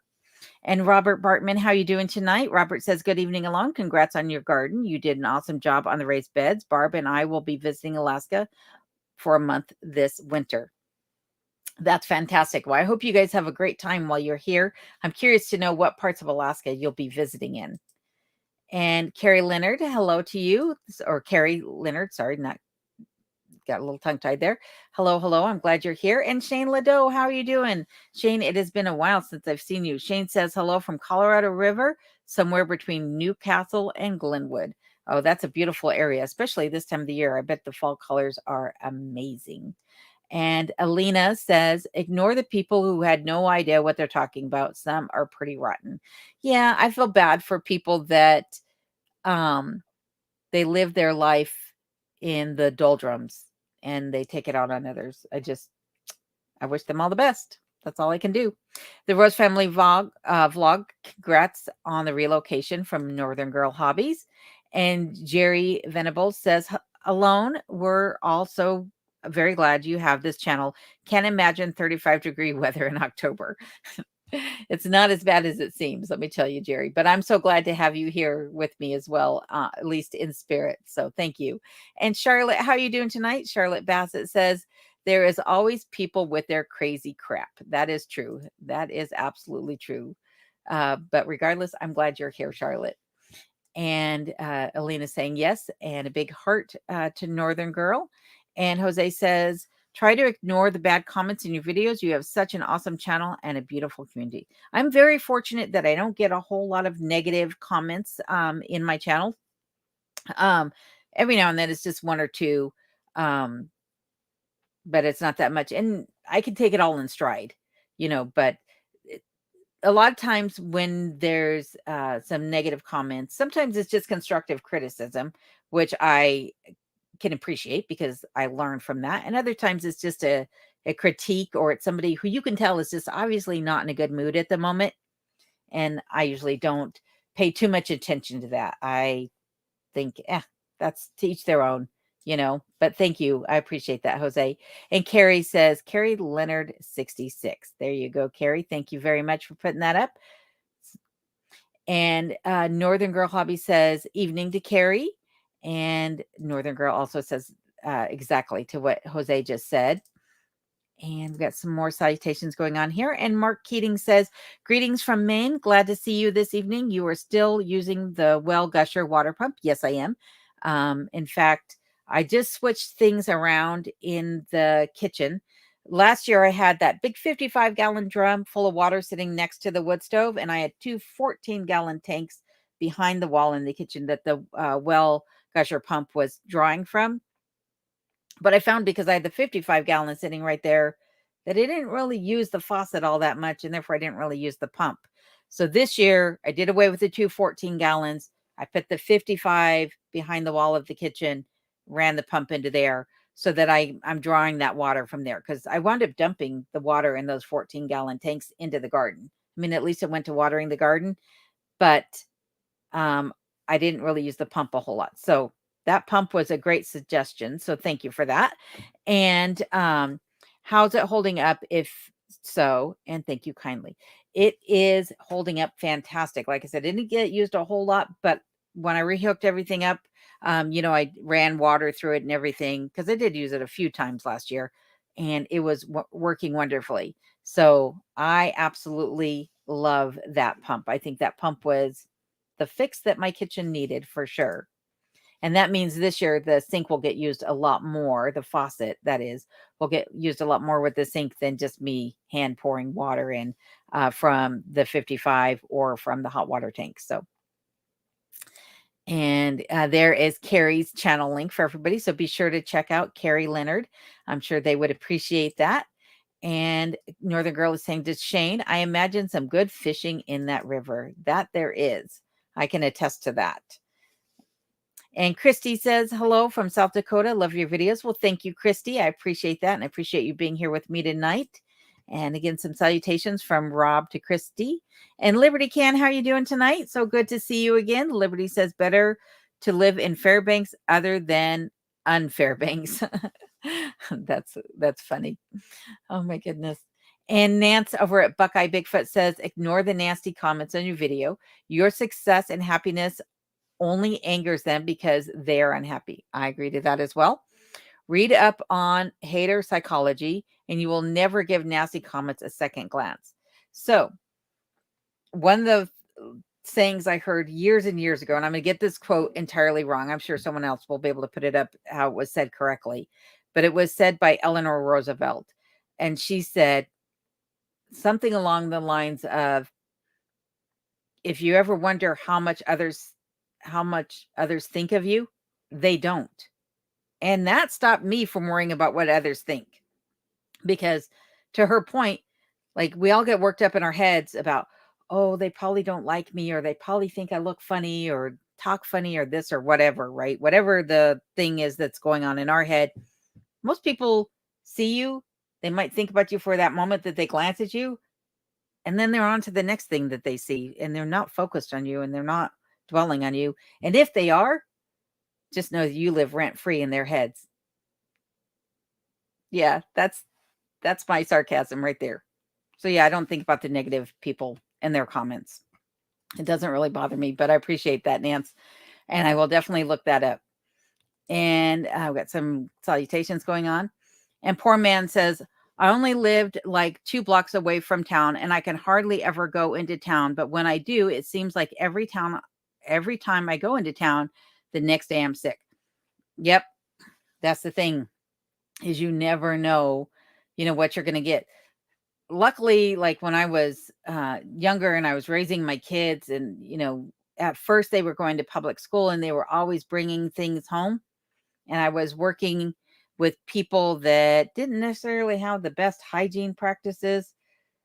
I think I built up my immune system over those years of raising my kids and working with those individuals, because I rarely got sick after that. Thank goodness, knocking on wood. But then again, maybe I just haven't really been exposed to it like others have as well. So I do worry about not being exposed now and going into town. So I feel for you, Poor Man. I definitely do. And Carrie Ann says, your videos are totally awesome and I love them. I learned so much from you. Well, you're welcome, Carrie Ann. And Carrie Ann, I know that you asked me a question about flour. How do I freeze the flour? Maybe I shouldn't do this. Maybe I should do it a little bit differently. But I literally just put my bags of flour right in the freezer.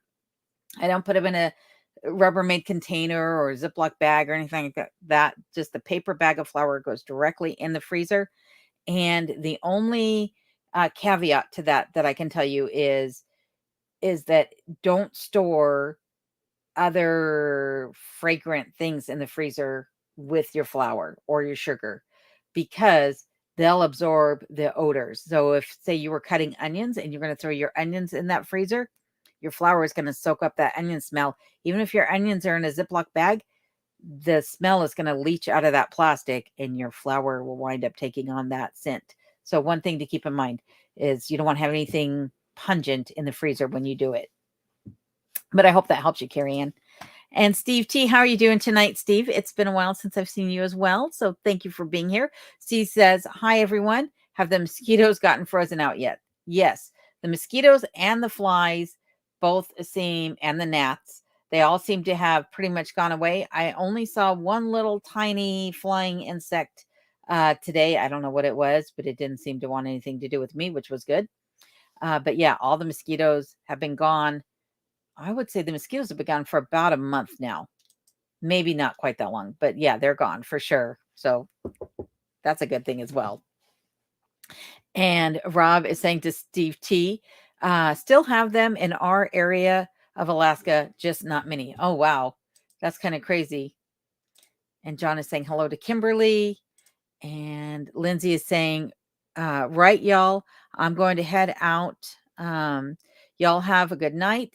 I ain't far from bed. Well, good night, Lindsay. And thank you again for all your help in finding the right cook stove. And I wish you all the best of luck with your new property up in Tok. And I'm sure that we'll talk soon. And we've got some people saying good night to Lindsay. And Kim Roosh is also saying good night. And there's John in Alaska's channel link again for everybody. So like I said, please be sure to check out John's channel. And Northern Girl Hobby says, love the Alaska channels. So much similar to living here in Northern Ontario. And to Fuzzy Fork, she's saying, well, check it out shortly. And thank you for sending. So, yep. I would imagine that a lot of the things that we're experiencing here in Alaska are very, very similar to other places in Canada or that same latitude that we're all at. So Shaw says, lived off grid in northeastern Washington state for years as a youngster. When we finally insulated our cabin, we used fiberglass. Quickly regretted it. It causes all the dang mice. Foam for the win. Yep. The mice don't necessarily like that closed cell polyurethane foam.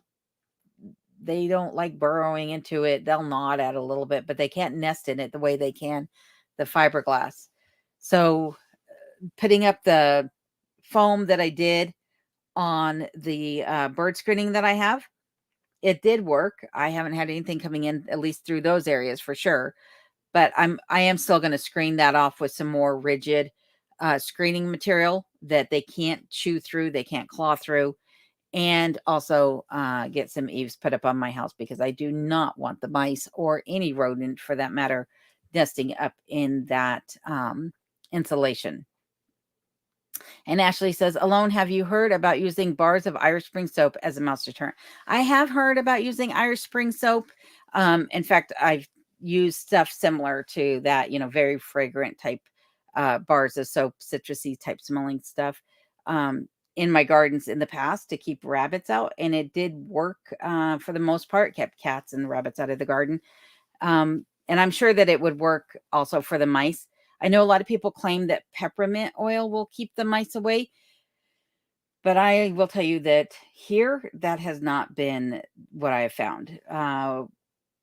Last year or the year prior when I had a mouse coming in directly behind me on the main floor of the cabin, there was a hole leading up from the cellar. I put a whole bottle of peppermint oil right there at that opening, left the bottle open, put cotton balls that were soaked in that oil right there in the hole. They just pushed those cotton balls right out. They could care less that that oil was sitting right there. They just came in. They're like, please, lady. All she did was make it smell good in here. So I've not had any success with peppermint oil, but I have heard the Irish Spring soap. I just don't have any. But if I have any more problems, it might be something that I think about for sure. And Northern Girl is telling John to harvest that big moose he had in his yard. So if you want to see that moose, be sure to check out his channel. And Fuzzy says, I put it on the America chat thingy, private conversation there. Sorry, folks. And Poor Man says, mice and rats love foam, styrofoam insulation. Also, I put that 2-inch by 2-foot blue insulation in my shop. The mice and the rats just chew it all. That's not good. That's not good at all. But I'm sure they can't nest in it the way they do fiberglass. Keep my fingers crossed on that one anyhow. Rob is saying to Ashley, I will have to try that in the chicken coop, putting up the Irish Spring soap. And Sandra says, hi from New Brunswick, Canada. Hello, Sandra. Thank you for being here with us tonight. And let's see here. We got Colorado Pack Rat Prepper in the house. She says, howdy, y'all. Howdy, Pack Rat. How you doing tonight? And Poor Man says, good thing that starts mice and rats is just your cheap old white silicone to stop getting in all of our rental RVs. They chew through that spray foam like nothing. That's what I've heard. Now, I've not seen them actually come through the spray foam. I've seen them push through where there was a weak spot, but not where there's a big glob of it. But I'm sure in due time, they'll chew through just about anything they can. So I definitely have my work cut out for me putting in some more permanent fixes for the mice for sure. But all in due time. So Ed says to Ashley Anderson, I put a bar of Irish Spring soap in my storage unit in town. The mice eat the soap. Oh, well, there went that idea. But thanks for letting us know, Ed. And Ed says, luckily, I don't have mice at my cabin. Yes, you are very, very fortunate. At first, I just had shrews, but last year or the year, I don't know. At first it was shrews, and then I saw 1 or 2 mice. And then this year it's been mostly mice. I've only seen 1 shrew and way too many mice. So Ed, you are very, very lucky. Sandra says, love watching your channel here. Thank you, Sandra. I greatly appreciate that. Ashley says to Rob over at Curmudgeon, it seems to help in my off-grid cabin. Is it goes, you can break it up or shave it down to release more smell. Poor Man says, your shirt is probably the same material that they used to make old pajamas out of years ago when we were kids. Nice, soft, and warm. Yeah, it's definitely a very soft corduroy. That is for sure. It's not the heavy corduroy like corduroy pants or a jacket, but I'm a corduroy girl. I do love my corduroy for sure. And Ashley says, Ed, those are mutants, not mice. That's hilarious. And I think the mice in Alaska are just built different, to be honest with you. The other thing is I put peanut butter in my traps. The mice could care less about the peanut butter. They don't, the shrews don't want it. The mice don't want it. It doesn't matter what brand of peanut butter I put in. They want nothing to do with peanut butter. But those pepperoni beef sticks, you know, the round ones in the skin, I just break those up, put those on the trap. Those work fantastic. And I just swap them out, you know, when they get hard and brittle, just put a new one on there and they're back to working again. So Mountain Mariner says, there are shrew, lemming, and voles around, but the ermine, I got to learn to say it correctly. Ermine and owls make snacks out of them. They don't get inside my cabin ever. Yeah, well, I am very, very fortunate that I now have an ermine here on the property because I think that's what's doing the real work of keeping the mice out of the cabin. So you are also lucky, Ed, for that. And Fuzzy says, national emergency alert for the United States tomorrow at 2:20 p.m. for half an hour. Even be on your phone. National emergency alert for the United States. I wonder what that's about. Like, how do they know that there's going to be an alert tomorrow at 2:20 p.m.? I don't understand. Hi, Kurt Stacy. How you doing tonight? Kurt says, hello, alone. Wow, your lighting is perfect for you. Looks good. Don't change a thing. Yeah, I finally figured out that if I have light coming in from both sides, it prevents that. This is a muscle right here that everyone thinks is a thyroid issue. It's not. It's just I have neck muscles. That's all it is. Probably from grinding my teeth in my sleep. I don't grind my teeth. I'm just joking. Jerry as Fox says, hello from Montreal Airport. Well, thank you for watching me in the airport. Hopefully you got it on loud so everyone else can hear and maybe they'll join in too. But hello, Jerry. Hello, hello. And thank you for being here. Northern Girl Hobby says, I call him Fuzzy too. Yeah, it's just easier to shorten it to Fuzzy as opposed to Fuzzy Forks. I have a splinter in my pant leg, and every time I touch my leg, it's poking me. And so if you see me doing this, it's trying to pull that splinter out of my pants. That's what I get for stacking wood today. Rob says to Mountain Mariner, only heard the owls a time or two, sadly.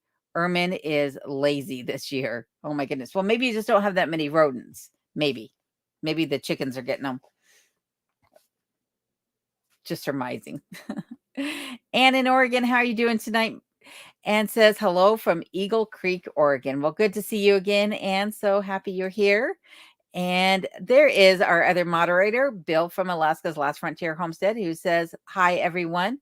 Glad you are here, Bill. And Raphael, how are you doing tonight? Raphael Molina says, hello, everyone. I wish I was in Alaska. Good vibes.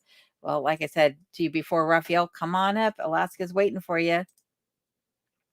And we got some salutations going on. And Alina says, hey, you thought about building a sauna Russian style? There's a big Russian community in Alaska who can help you. Yeah, that Russian community, I believe, is closer to like Dillingham, which is quite a distance away from where I live.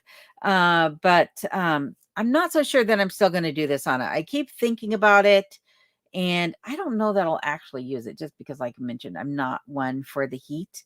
Who knows? I know it's good for you. I know that it helps to cleanse and things like that.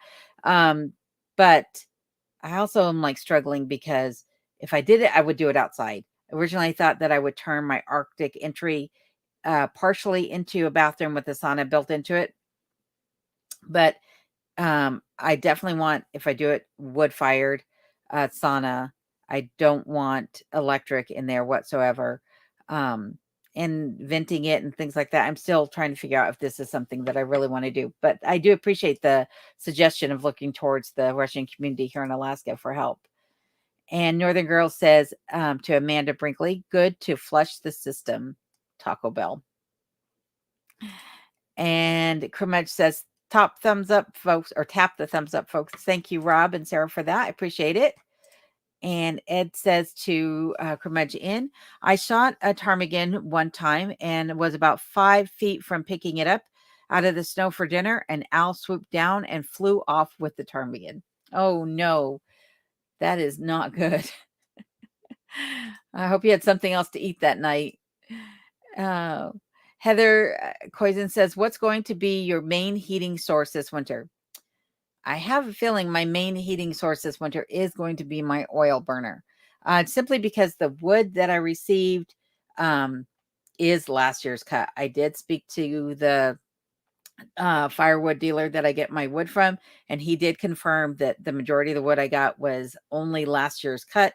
He'd also confirmed that, yes, it soaked up a lot of moisture over this wet summer that they've had in the Matanuska Valley. He says, oh, it's just surface moisture. It'll dry out. I'm not sold on that concept. I don't think that that's necessarily going to be the case. Maybe if I store it right by the wood stove, it might dry out some. But I think if I can get by with just the oil burner and running the fans to circulate the heat, I might just do that and let that wood age over the next year. And then I don't have to buy so much wood next year. So we'll see. I think the only time will tell what I'm able to do. But right now, I think it's going to be my oil burner. And luckily, I have enough fuel for my butane stoves. I did buy a propane camp stove so I could can, which I still haven't done yet.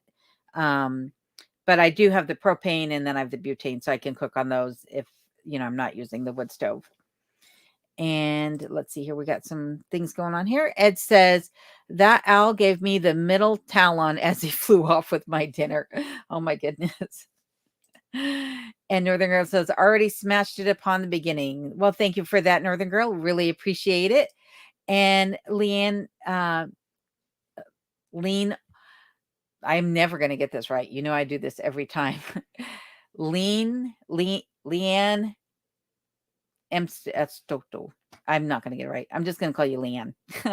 Leanne says, I'm happy to see you back doing your lives. Well, I appreciate that. And I apologize for butchering your name there. And I want to say thank you, Shaw, for becoming a new channel member. I greatly appreciate that. I'll send you to all my channel members. You get a sneak peek when you sign up as a channel member, but it comes out in a community post. So be sure to look for those community posts that come out typically on Wednesday or Thursday. And also, if you can go back into the community post for channel members, you'll see one that'll have links for that other channel I was talking about, where there are those ambient sound videos. There's about 18 of them that are 8 hours long on average, 8, maybe 10 hours long. So you can listen to them through the night if you're one of those people that needs some noise to fall asleep to.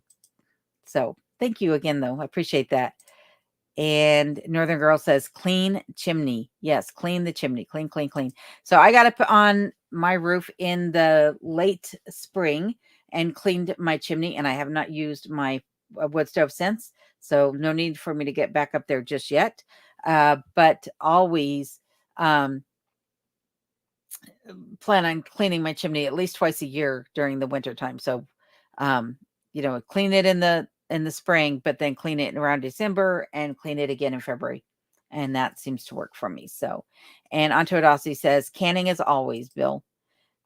Good, good, good. And Ed says to Alaska's Last Frontier, hello. And Rob and Sarah saying, dang, Ed, that was not nice of the owl to steal your dinner. I agree. And hello, Leslie. How you doing tonight? Leslie says, good morning from the UK. Well, good morning to you. And thank you for being here and starting your day off with me. Shaw says, I wish I could join a higher tier as a member. Everything is so dang expensive here, but I'll be upgrading as soon as I can.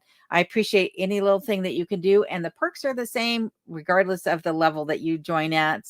I leave that up to you guys, and everybody gets the same perks. So, but thank you. I really appreciate it.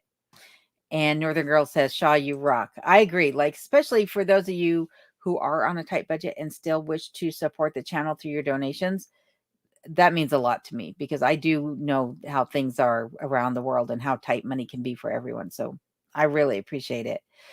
Bill over at Alaska's Last Frontier Homestead says, the first 2 weeks in September is the best time to see Denali Park. Yep. And maybe you'll be part of the 30% club, the 30% that actually gets to see it when they go.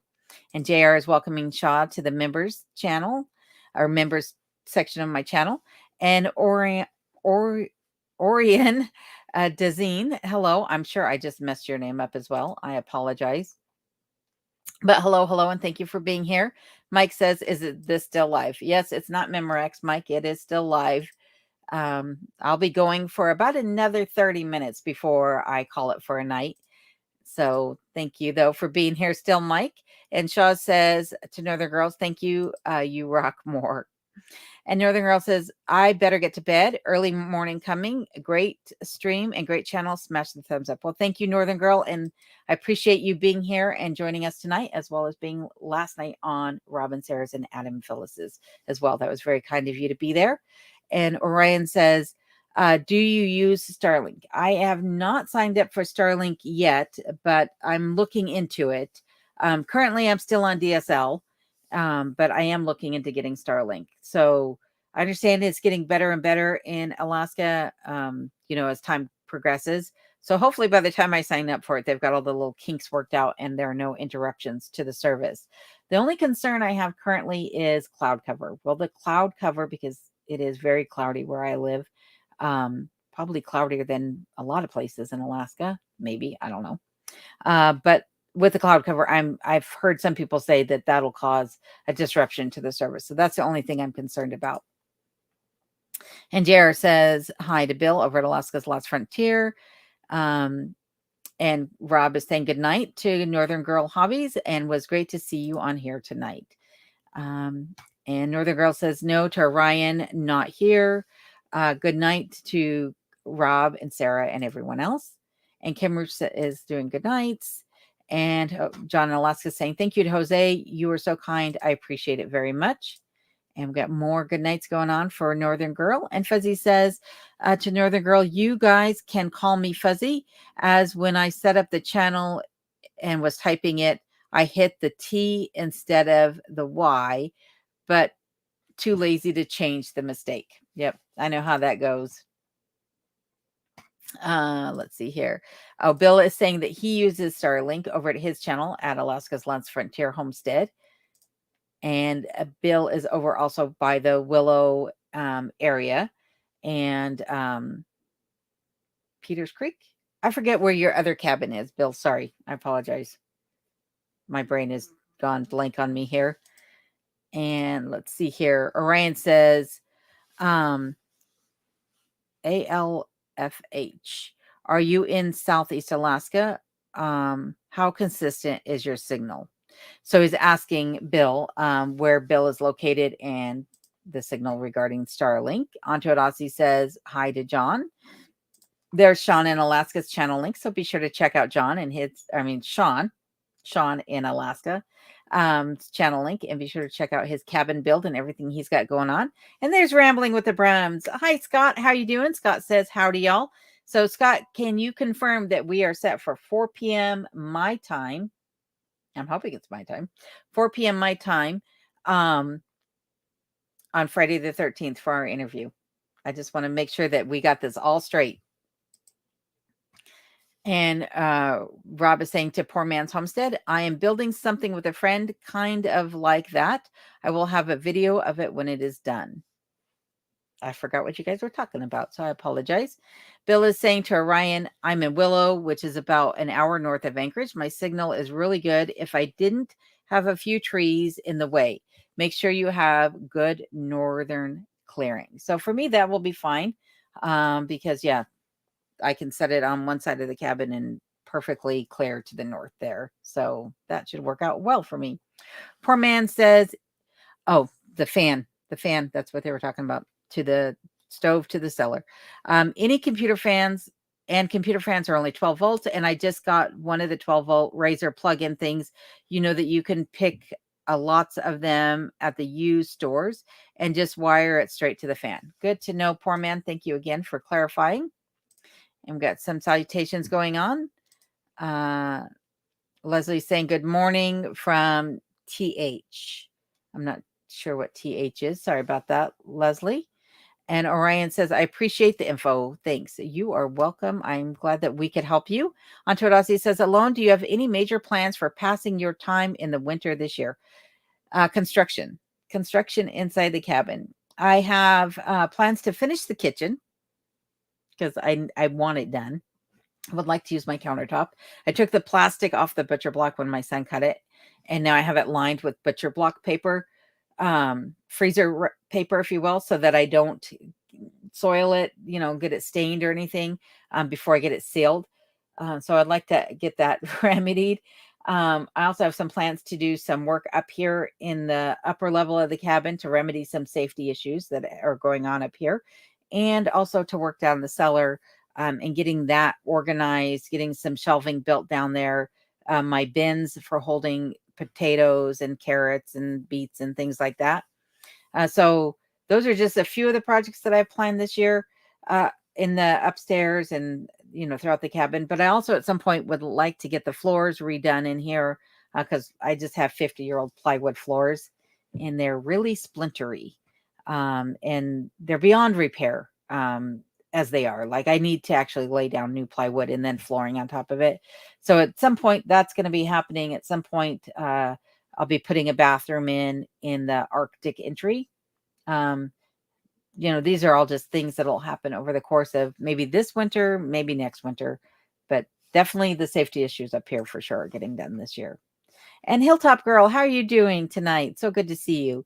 Hilltop says hello from Queensland, Australia. So nice to see you again. And same to you, Rushing Wind Mountain, who says hello, everyone. Glad you could be here. Leslie says good morning from the UK. There we go. Thank you, Leslie, for clarifying. And JR is saying good evening here anyway. And we got some more salutations going on to Hilltop Girl. And there's Onto It Aussie's channel link for everybody. Be sure to check out Onto It Aussie's channel. And Rushing Wind Mountain is getting hello from Curmudge Inn. Amber says, do you ever get scared, so isolated? And how close do the bears come to the cabin? The bears come close to the cabin. They walk right up to the cabin itself. I had a bear come through the property just recently. I only know that because I saw evidence of the bear, but I had zero evidence of the bear on the trail cams. So it came in from the other side of the trail cams. It didn't get caught on those. And I didn't catch it on the security camera. I'm sure it's on there, but it didn't catch it as an event for whatever reason. And it could have been because it came in the night when it was a blowing rainstorm. And so, it's just streaks of rain across the screen. But the bears do walk right up to the cabin. They'll leave their droppings, right out either side of the cabin. In the wintertime, you can see, snow prints up until mid-December. I've had them on the property. They're around. They're definitely around. I have both black and grizzlies around my cabin, but I luckily have not run into one face to face yet. So, but that is one of the reasons why I'm always armed. So, and do I get scared? No, I don't scare easily. Again, probably too stubborn for my own good. No, in my head, I'm 10 feet tall, I think sometimes, and bulletproof, but I'm also not. I don't live like that, if that makes sense. Like, I don't go out without my gun because I think I'm invincible. I do wear my gun. Somebody said to me one time about all the preps that I have. They said, "Are you really that afraid of life? Are you really that afraid of everything?" I'm not afraid. I'm not afraid of most things. You want to know what scares me? Breaking my neck. Doing a somersault and breaking my neck scares me more than the bears do. Don't ask me why, but this is the scariest thing I can think of. I can't watch gymnastics because of it. But no, I'm not. I prepare for things and I keep my head on swivel. I keep calm and keep a level head, and I'm very rational in my thoughts.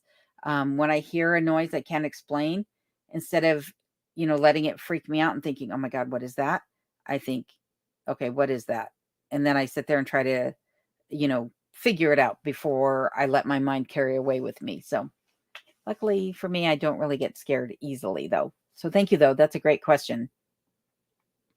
And Bill is asking Hilltop how Queensland is doing right now. And let's see here. John is saying hello to Adam and Phyllis at Cut the Cord. And there's Rushing Wind Mountains channel link for everybody. Be sure to check them out and tell them Alone sent you. Nance over Buckeye Bigfoot says, I apologize, but I must leave early. Good night, everyone. Good night, Nance. Thanks for joining me. And like I said, everyone be sure to check out Nance's channel. Her channel is a great channel to put on and listen while you're doing dishes or tending to other tasks. Because it's really just her narrating these stories that her viewers send in, and they are quite fascinating to listen to. And we got some salutations going on here. Let's see here. Scrolling through. There is Alaska Cut the Cords channel link for everybody, so be sure to check them out and tell them again that Alone sent you. Rushing Wind says, hello, Alone. Love your light setting. Well, thank you very much. I appreciate that. And Hilltop is saying to Bill over at Alaska's Last Frontier, it's getting dry coming into summer. Mike says, hockey season is starting on the 14th. Don't worry, I won't forget your cut. Mike, you're too good to me. Oh, that's funny. Alaska's Last Frontier Homestead says, that's cool. What's a normal summer temp in Queensland? And Rushing Wind is saying hello to Bill. Bill is saying hi to Rushing Wind. How's life? And Onto It Aussie says that they, where she lives in Australia, are on a flood watch here in Victoria. That's a lot. I'm glad I set up high, so flood watch is not anything I have to worry about. Rushing Wind says full of fall colors and the low of 30 degrees Fahrenheit at night for where they're located. And Alaska's Last Frontier Homestead says that's nice temps and the colors have to be amazing. Happy Chappy Van Life, how are you doing, my friend? So good to see you. Happy says, Alone, my friend, I've missed you. Did you get my email? The pups and I are moving to the States on Tuesday. I think I did get your email, but it's been such a whirlwind of things that I probably read it and then got carried away with something else. So I apologize. I'll go back and reread it. But yes, I am excited for you. I'm so happy that you're getting to move to the States. I want to know more about all of it. I want to know all about your travels and everything. So do keep me posted on how you're doing and everything. But I'm so happy to see you here tonight. I was thinking about you when I scheduled this live. So glad that you are finally getting to make the move. Bill says to Sean Alaska, what are you up to this week? And there is Happy Chappy's channel link for everybody. So be sure to check them out to tell them Alone sent you. And Heather says, I'm late. No worries, Heather. I'm glad you're here. So happy to have you here with us tonight. And we've got some salutations going on again. Bill's asking John in Alaska how he's doing today. And Monica Lynn says, hi, everyone. Hi, Monica. So glad you're here. Heather says, hi, everyone, as well. And let's see here. Byron, how are you doing? Byron says, hi, hey, Alone. Hope you're well. I survived the Texas summer without you. 107 was normal in August, ready for winter like you. Yes, winter cannot come too soon, in my opinion. I am glad you survived all those temps, though. 107, I would probably decease because I'd sleep the summer away. Oh, it's too hot for me. Rushing Wind says, hello, Heather. I was two, being late, that is, and says, big sigh. Like I said before, you can always go back and watch the replay. They're all recorded. So if you miss anything and you want to sit and watch it, though I do have a tip, if you're watching this back on replay, watch it in double speed. It's really fun to watch that way. It goes by twice as fast for one, but it also is kind of funny when you watch it in double speed. And Monica says, how's everyone? Well, I think we're all doing good from what I hear. And I hope that you are too. And Bill says, we're good here in Alaska. And JB, how are you doing tonight? JB says, girl, every time I watch your channel, I tell my family I'm moving to Alaska. My family said they would kill me first. Yeah, I think my family almost dropped over dead from the shock when I told them, because I didn't give them any notice. I was at my mom's house for Christmas and I said, oh, by the way, I'm going to be moving to Alaska. As soon as I sell my house, I'm moving. And then I sold my house, within like 8 months of that. So I understand where they're coming from. And Rambling with the Brum says, woohoo, regarding our Friday Night Live on Friday the 13th at 4 p.m. Alaska Standard Time. So thank you, Scott, for that. I look forward to that interview with you, and I hope all of you will join us there at Scott's channel. I'll be sure to put up a community post so that you guys all have the link to it as well. And Byron says, hi, Monica, and hi, Heather. And we got some more salutations going on here. Bill over at Alaska's Last Frontier Homestead says to Scott at Rumbling with the Brums, I'll be at Pine Cane Fest on the 13th. There you go. Pine Cone Fest. Again, tongue before the brain there. Heather says no rushing, or says hello to Rushing Wind Mountain. My goodness. Rob and Sarah over at Convention Inn says live with Scott, Rambling with the Brums. And there is a link for everybody. So if you just click this, you can go ahead and turn on notifications and be notified of when it is about to start. Thank you for doing that, Rob. I greatly appreciate that. And Ignomatic Witchin, how are you doing tonight? And Ignomatic says, hi, everybody. Hi. Glad you're here. I'm sure that we will get your channel link thrown up right there. So be sure to check out Ignomatic Witchin and see what they're up to these days. They are also here in Alaska. And we got some salutations going on here. Everyone's saying hi to Gary. And again, there is his channel link for everybody. And Ignomatic says hi to Last Frontier Homestead, Crimedge, Ed, and Ashley. And let's see here, some more salutations. And Mike G says Sasquatch poo. That's what his vote is for what I found in the woods and around my property, the big piles I showed in my last video. Well, I think the call has been made on what it was, but you'll have to tune into next week's video to find out for sure what animal or creature left that surprise for me. And let's see here, more salutations. John in Alaska says, hey, Bill, I'm sitting back having a cold one. Nice. And Happy says, how are you doing, Alone? I'm doing really good. So thank you for asking, Happy. It's been a while, but I am doing just fine. And Kermudge says, Get that snow pole up. Oh, yes. So Ed over at Mountain Mariner, Rob and Sarah over at Curmudgeon Inn, and also Adam and Phyllis at Alaska's Cut the Cord. We are all going to put up a measurement gauge on our property to see who gets the most snow. So I got to talk to them, find out, do you want to know who got the most snow in one snowfall or how much accumulated over the winter months? I'm sure melt will be taken into account with that as well. But yes, I am going to put up that measurement pole, snow pole, so we can all keep track of the snow and see who got the most snow this year. So be sure to check out those other channels too, so that you can follow along with all the fun on that. Bill over at Alaska's Last Frontier says to John, I just had a cold one at my neighbor's. Clean the beast before the winter sets in. Yes, winter will be here in a blink of an eye for all of us, I think. Antoadasi says, lucky you, John in Alaska. Enjoy. Yeah, I'm actually kind of jealous of both of you right now because I don't have any beer in the house, and a cold beer sounds really nice right now. Monica's saying hi to John, and JR says, it wasn't me calling. Lol. No, it was an Alaska phone number, and not one that I recognize. So Alaska's Last Frontier Homestead says, I loved living in Valdez this year. I lived there. It was amazing. Yeah, I love living in Valdez. The year that I lived there. For some reason, I read that as this year. I was like, wait, you didn't live in Valdez this year. It's late in the night. I apologize, folks. Roberta says, I love watching people from Alaska since I live in the lower 48. It's a little different in Alaska, but it's very interesting to watch. Yes, I think it's interesting to live here.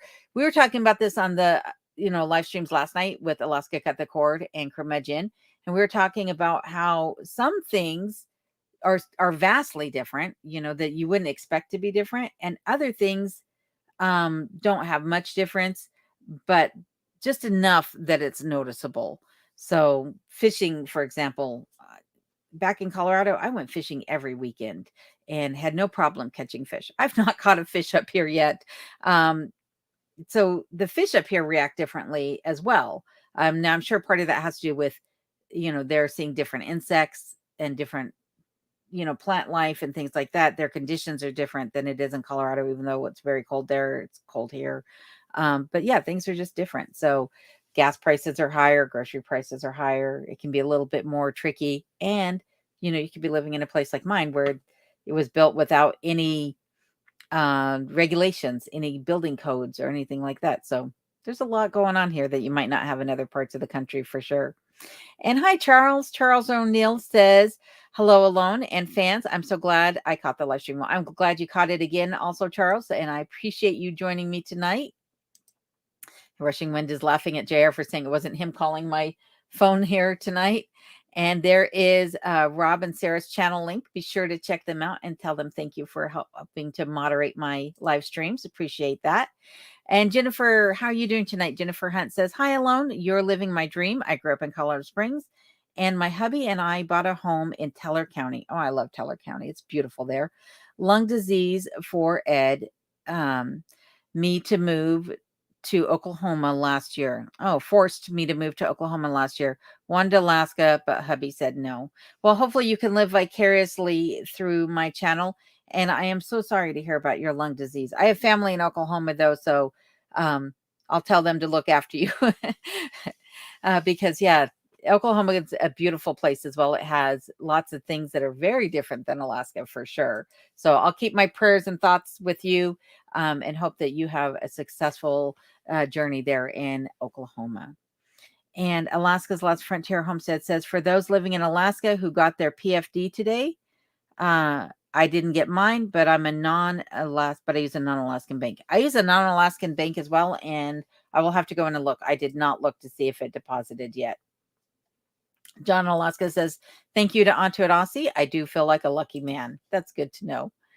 And Rob is saying that he loves Glenwood Springs as well. Yes, Glenwood Springs is a beautiful area. And Ed over at Mountain Mariner says, for those that don't, hablo español, el niño means the niño in Spanish.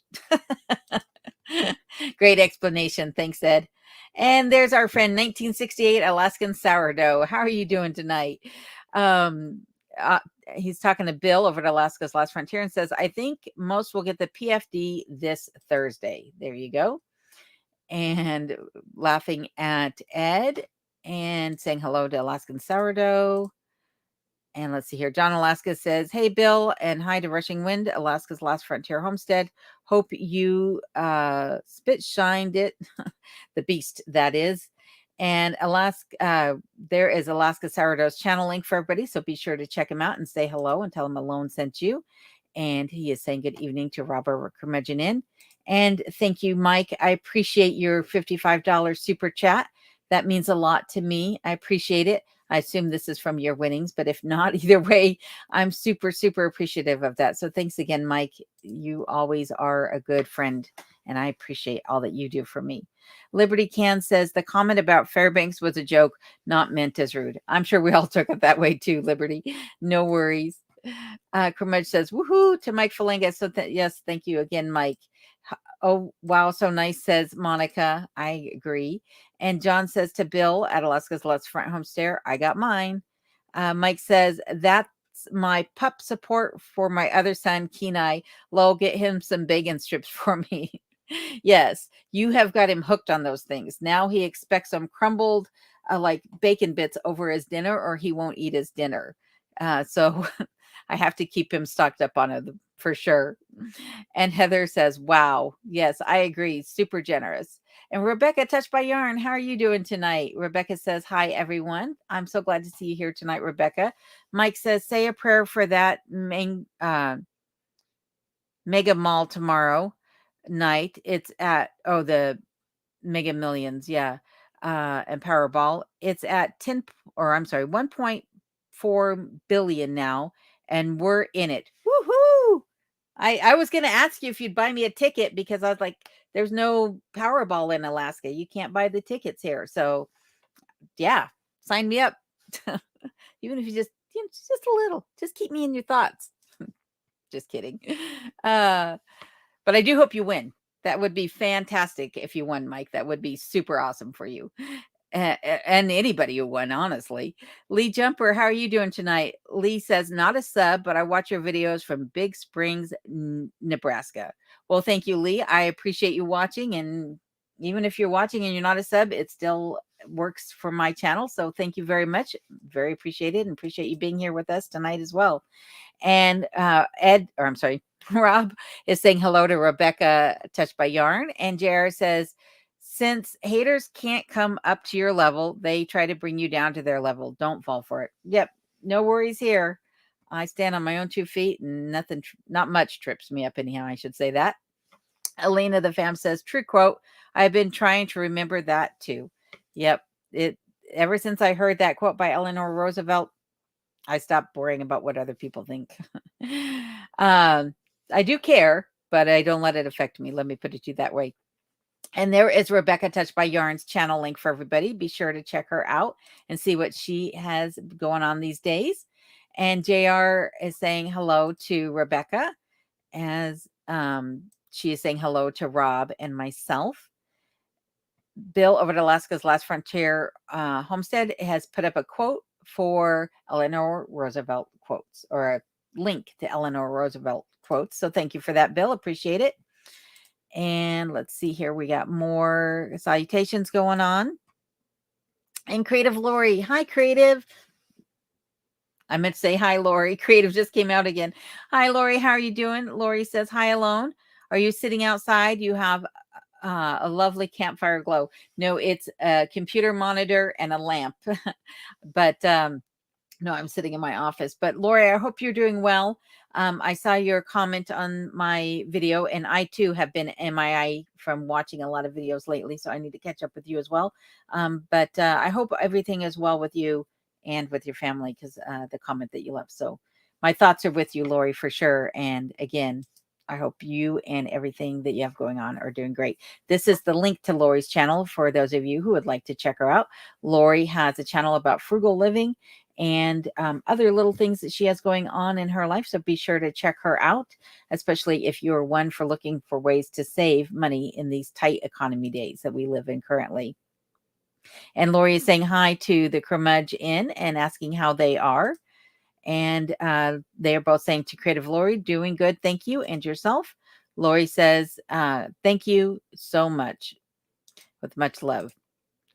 And let's see here. We got some more salutations going on. And Connie says, good night, everyone from Arizona. Looking forward to the next video alone. Thank you, Connie. I appreciate that. I look forward to seeing you there in the comments and here on the next live chat as well. And we have some more salutations and good nights going on here. Patricia says, it's about bedtime. I enjoyed hearing from everyone and love being in your live streams. Be safe, everyone. You too, Patricia. Thank you again for being here tonight.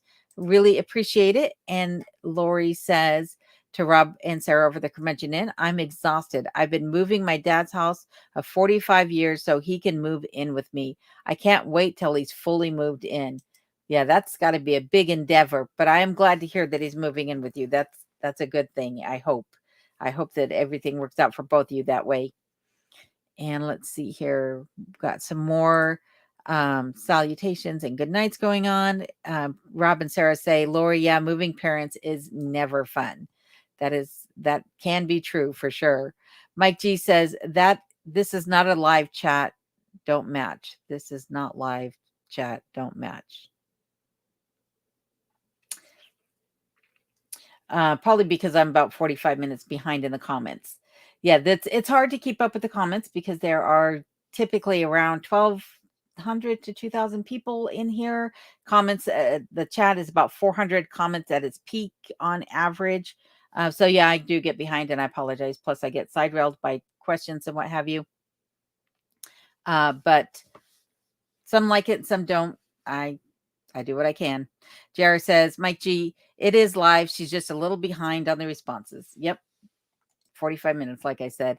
And Kathy Booth says, I think steel wool stuffed in the hole works. Yeah, the steel wool typically pokes them as they're chewing and clawing on it. You just have to get the right type of steel wool. Don't get the really fine stuff. But I've always had good success with steel wool for sure. And Patricia says to Alaska's Last Frontier and JR, good night and sweet dreams. Creative Lori says to Rob and Sarah, that's for sure. What's the temperature there now where they're at in North Talkeetna?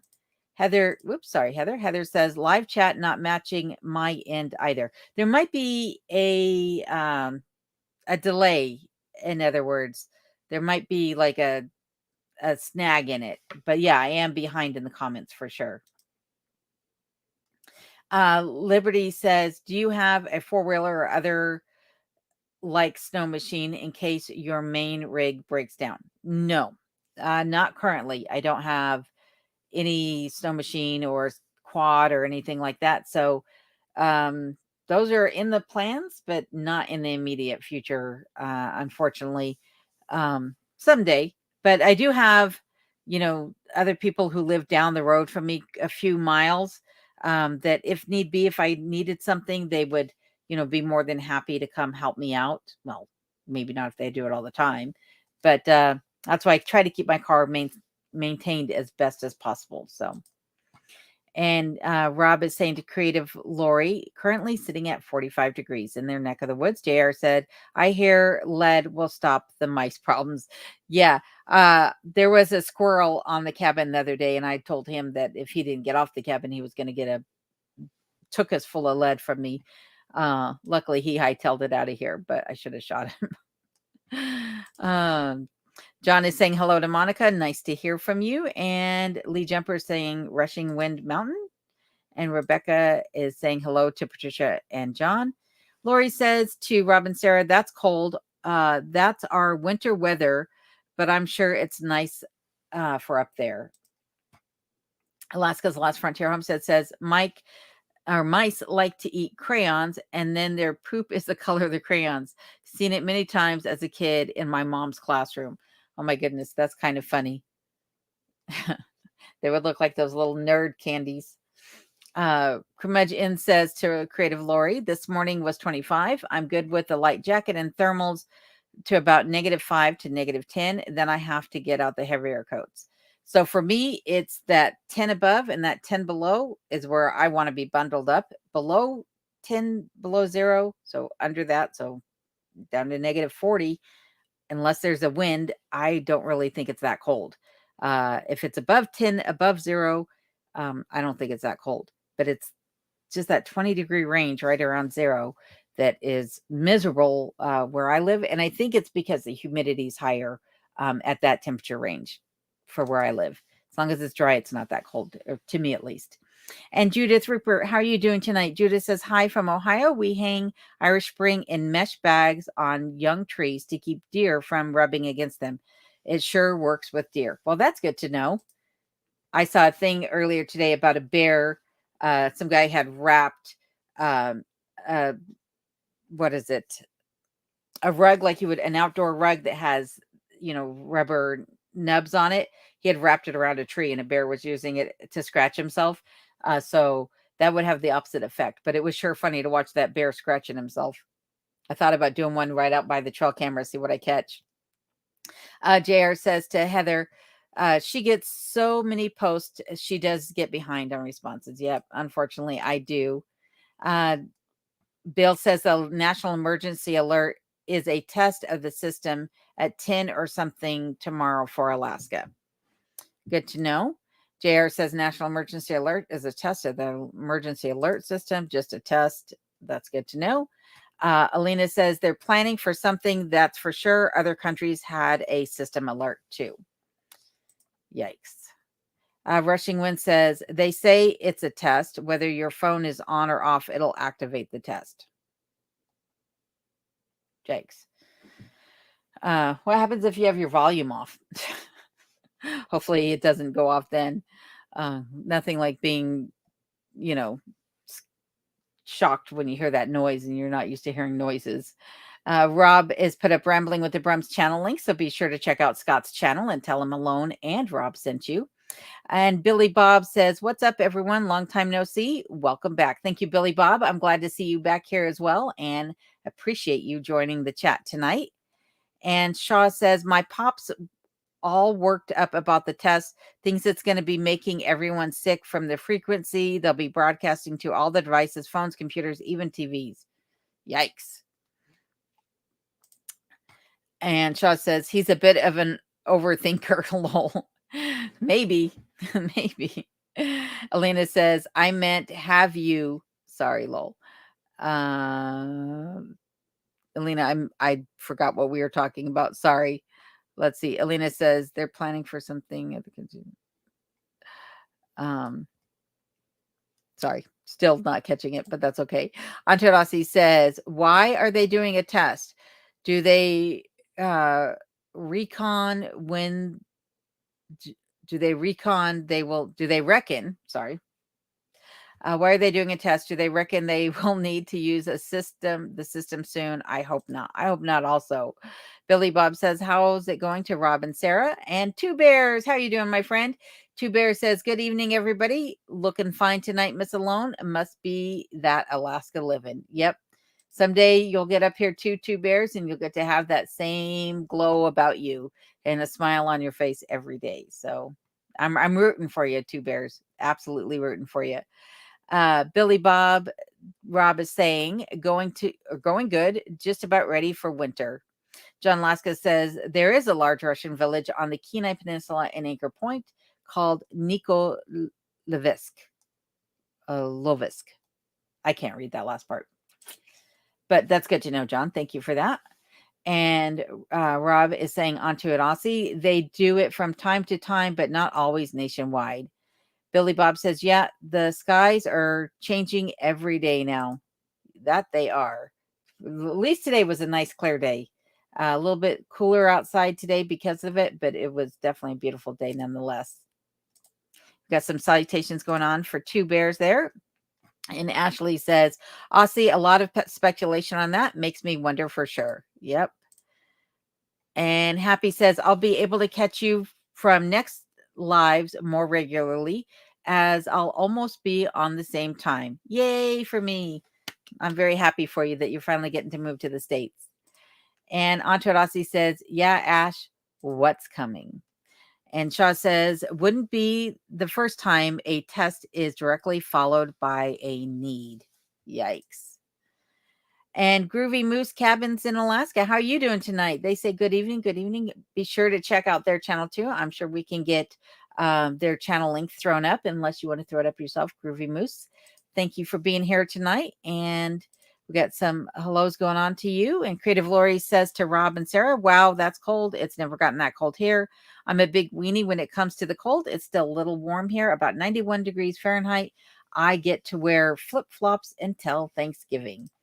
That sounds like Colorado. Everyone was wearing flip-flops year round. 300 days of sunshine. And yeah, it got cold. Yeah, we got feet of snow, but we could still be seen in our flip-flops. You'll have a puffy coat on and flip-flops on your feet. Antoine Aussie is saying exactly to Shaw's comment. And Shaw says, awesome. I'll definitely make use of the member benefits. Much appreciated. And thank you. You're welcome, Shaw. And thank you again for becoming a channel member. Ashley says, advanced programming, getting our thought waves prepared for something. Yikes. I'm going to go put the phone in the car tomorrow and stay in the house so I don't hear it. Rob says to Creative Lori, too warm for me. Spent many years in Southwest Florida with the heat and the high humidity. And we got salutations going on to Groovy Moose. And JR says, owls can turn their heads 270 degrees because their eyes are a tube and they don't move. Oh, that's interesting. Robert Bartman says, we'll be traveling on every paved road. We've got a dinner date with John in Alaska. I'm buying John, he says. Well, that's awesome. You are going to have a fantastic time in Alaska. You're going to see more of Alaska than most people ever get to see. That is awesome. I'm so happy for you. Ashley Anderson is saying, Groovy Moose, like the name. And Jeannie, how are you doing tonight? Jeannie says, hello from Juneau, Alaska. Well, thank you for being here. I appreciate that. And JR is saying their head.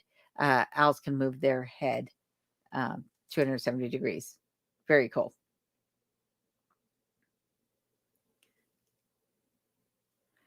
And we got salutations going on. And Rob is saying that the Starlink has gotten way better. No issues with clouds at all for Rob and Sarah.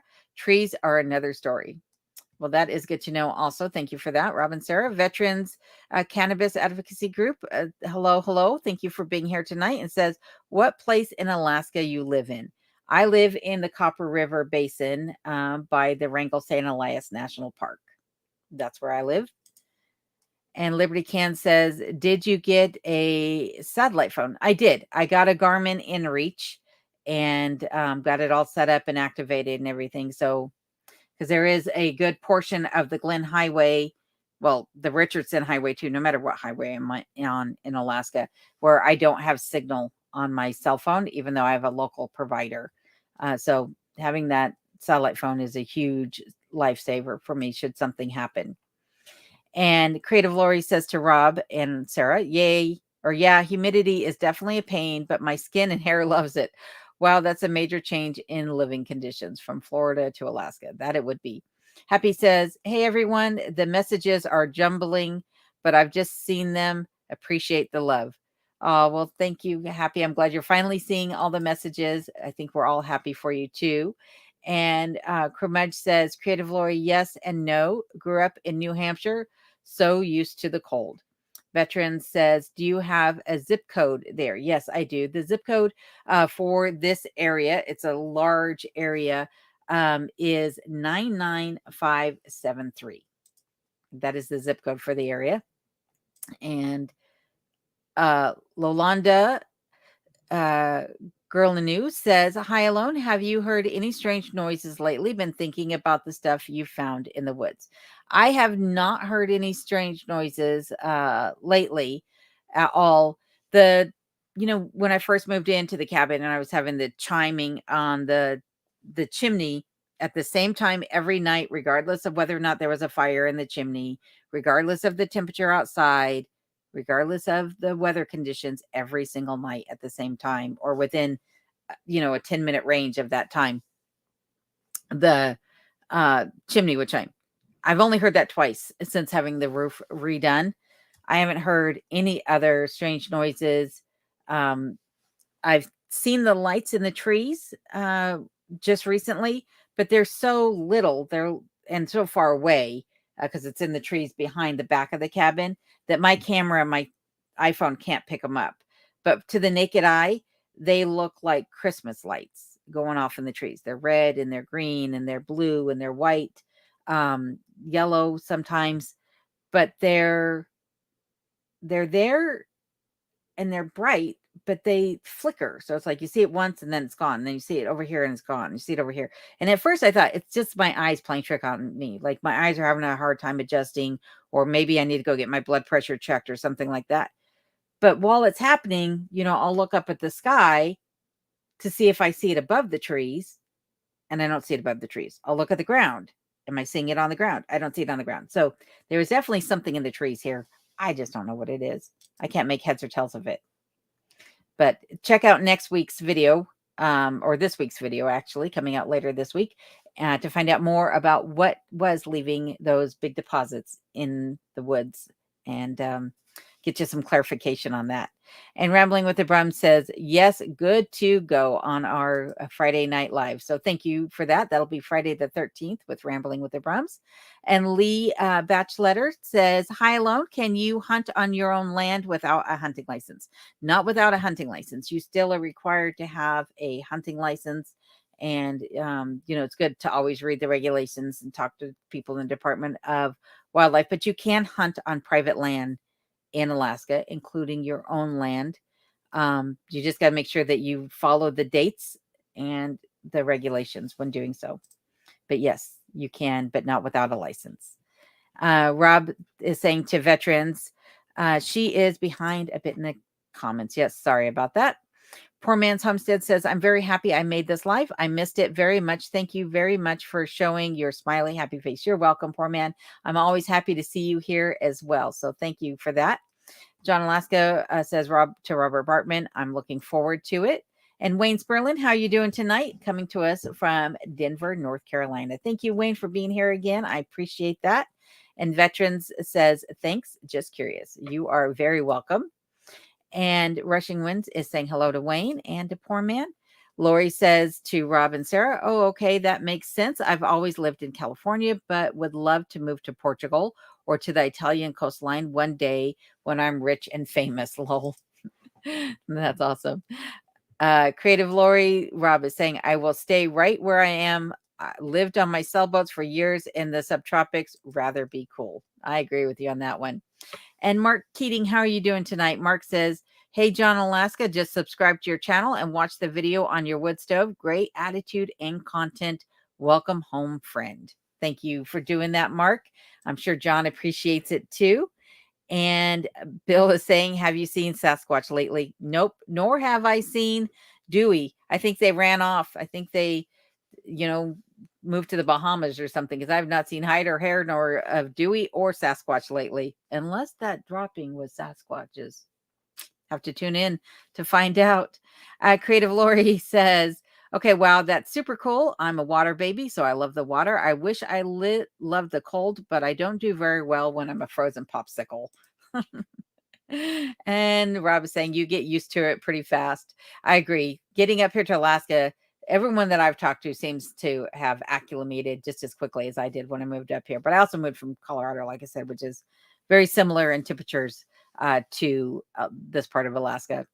And Just BC says, I've missed so much of this live, unexpected phone call. So I'll go and watch this tomorrow so I can see it all. Have a good night, y'all. You too, Just. I'm so glad that you came in and spent at least a little bit of time with me. And I hope you enjoy the full episode tomorrow. Big Bear Crispy says she reads almost every text and also answers. Give her some time and she'll get to you. This is true for sure. I try to make it to everybody. And hello, Russell RW. How are you doing tonight? Russell's coming to us from Oregon and says, howdy, howdy, howdy. Glad to see you again tonight. Saw you last night. Glad to see you here also. And Dare and others, I'm sure, are saying hello to you. And Russell says, hey, JR, how are you today? And Hiker Lady says, forgot to say, as I watched your videos, I also love your little skits. You're strong and funny, my kind of people. Well, thanks. I appreciate that. I do think of, throwing skits into my videos more often. I just don't always get to it. So there might be some more skits coming up soon for sure.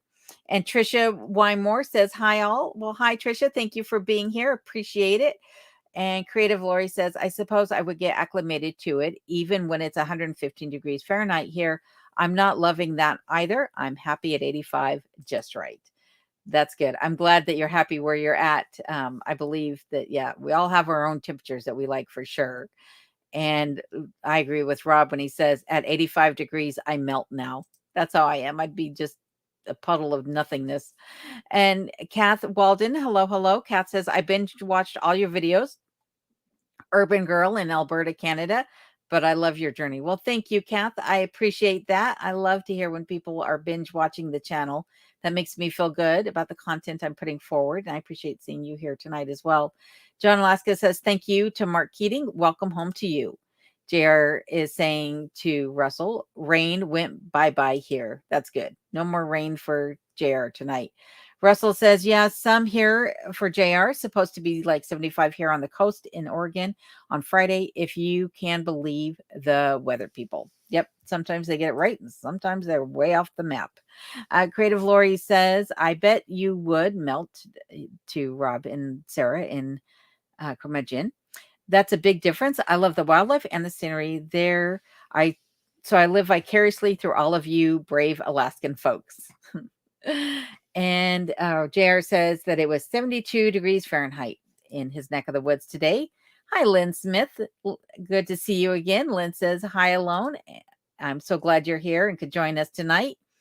Crumedge says, keep track of each snowfall, and then in the spring, we'll compare who got the most. That works for me. And Russell says, that's about perfect, JR, the 72 degrees Fahrenheit. And Mina B, how are you doing tonight? She says, red, red. Good, good. I'm glad to see you in the comments again. And Rob is saying to Creative Lori, we're all happy to see you here and watching our stuff as well as watching as we are watching yours. Yes, I agree. I love the fact that we're all watching each other's channels. That means a lot. And let's see here. Two Bear says, haha, can I be the snowfall? Can I be the snowfall contest too? The Northern New York State snow belt versus Alaska. Sure, bring it on. Let's see who got more, New York or Alaska, and what part of Alaska. I say the more the merrier.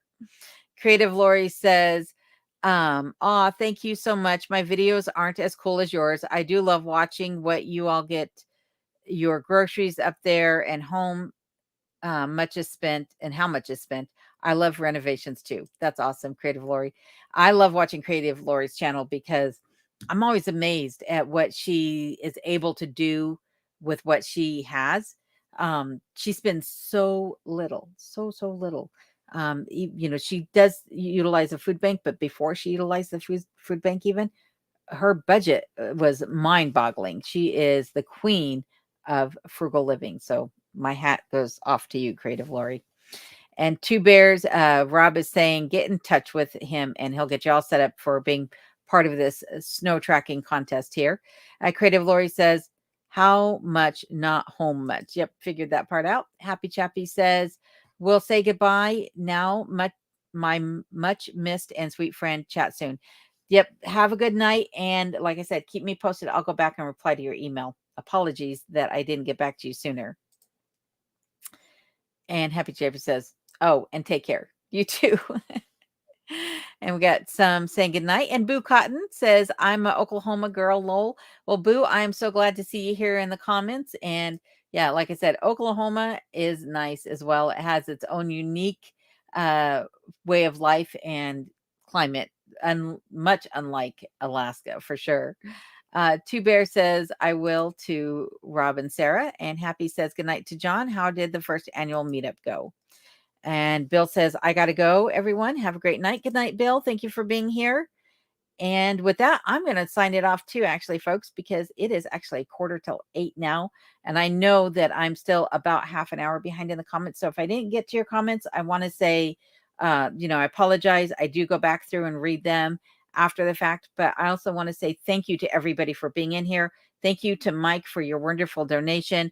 Thank you to Shaw for becoming a channel member. And again, thank you to my channel moderators, especially Thank you to Rob and Sarah over at Curmudgeon Inn for all that you do. JR, thank you. And Bill over at Alaska's Last Frontier Homestead. I really appreciate you guys helping out.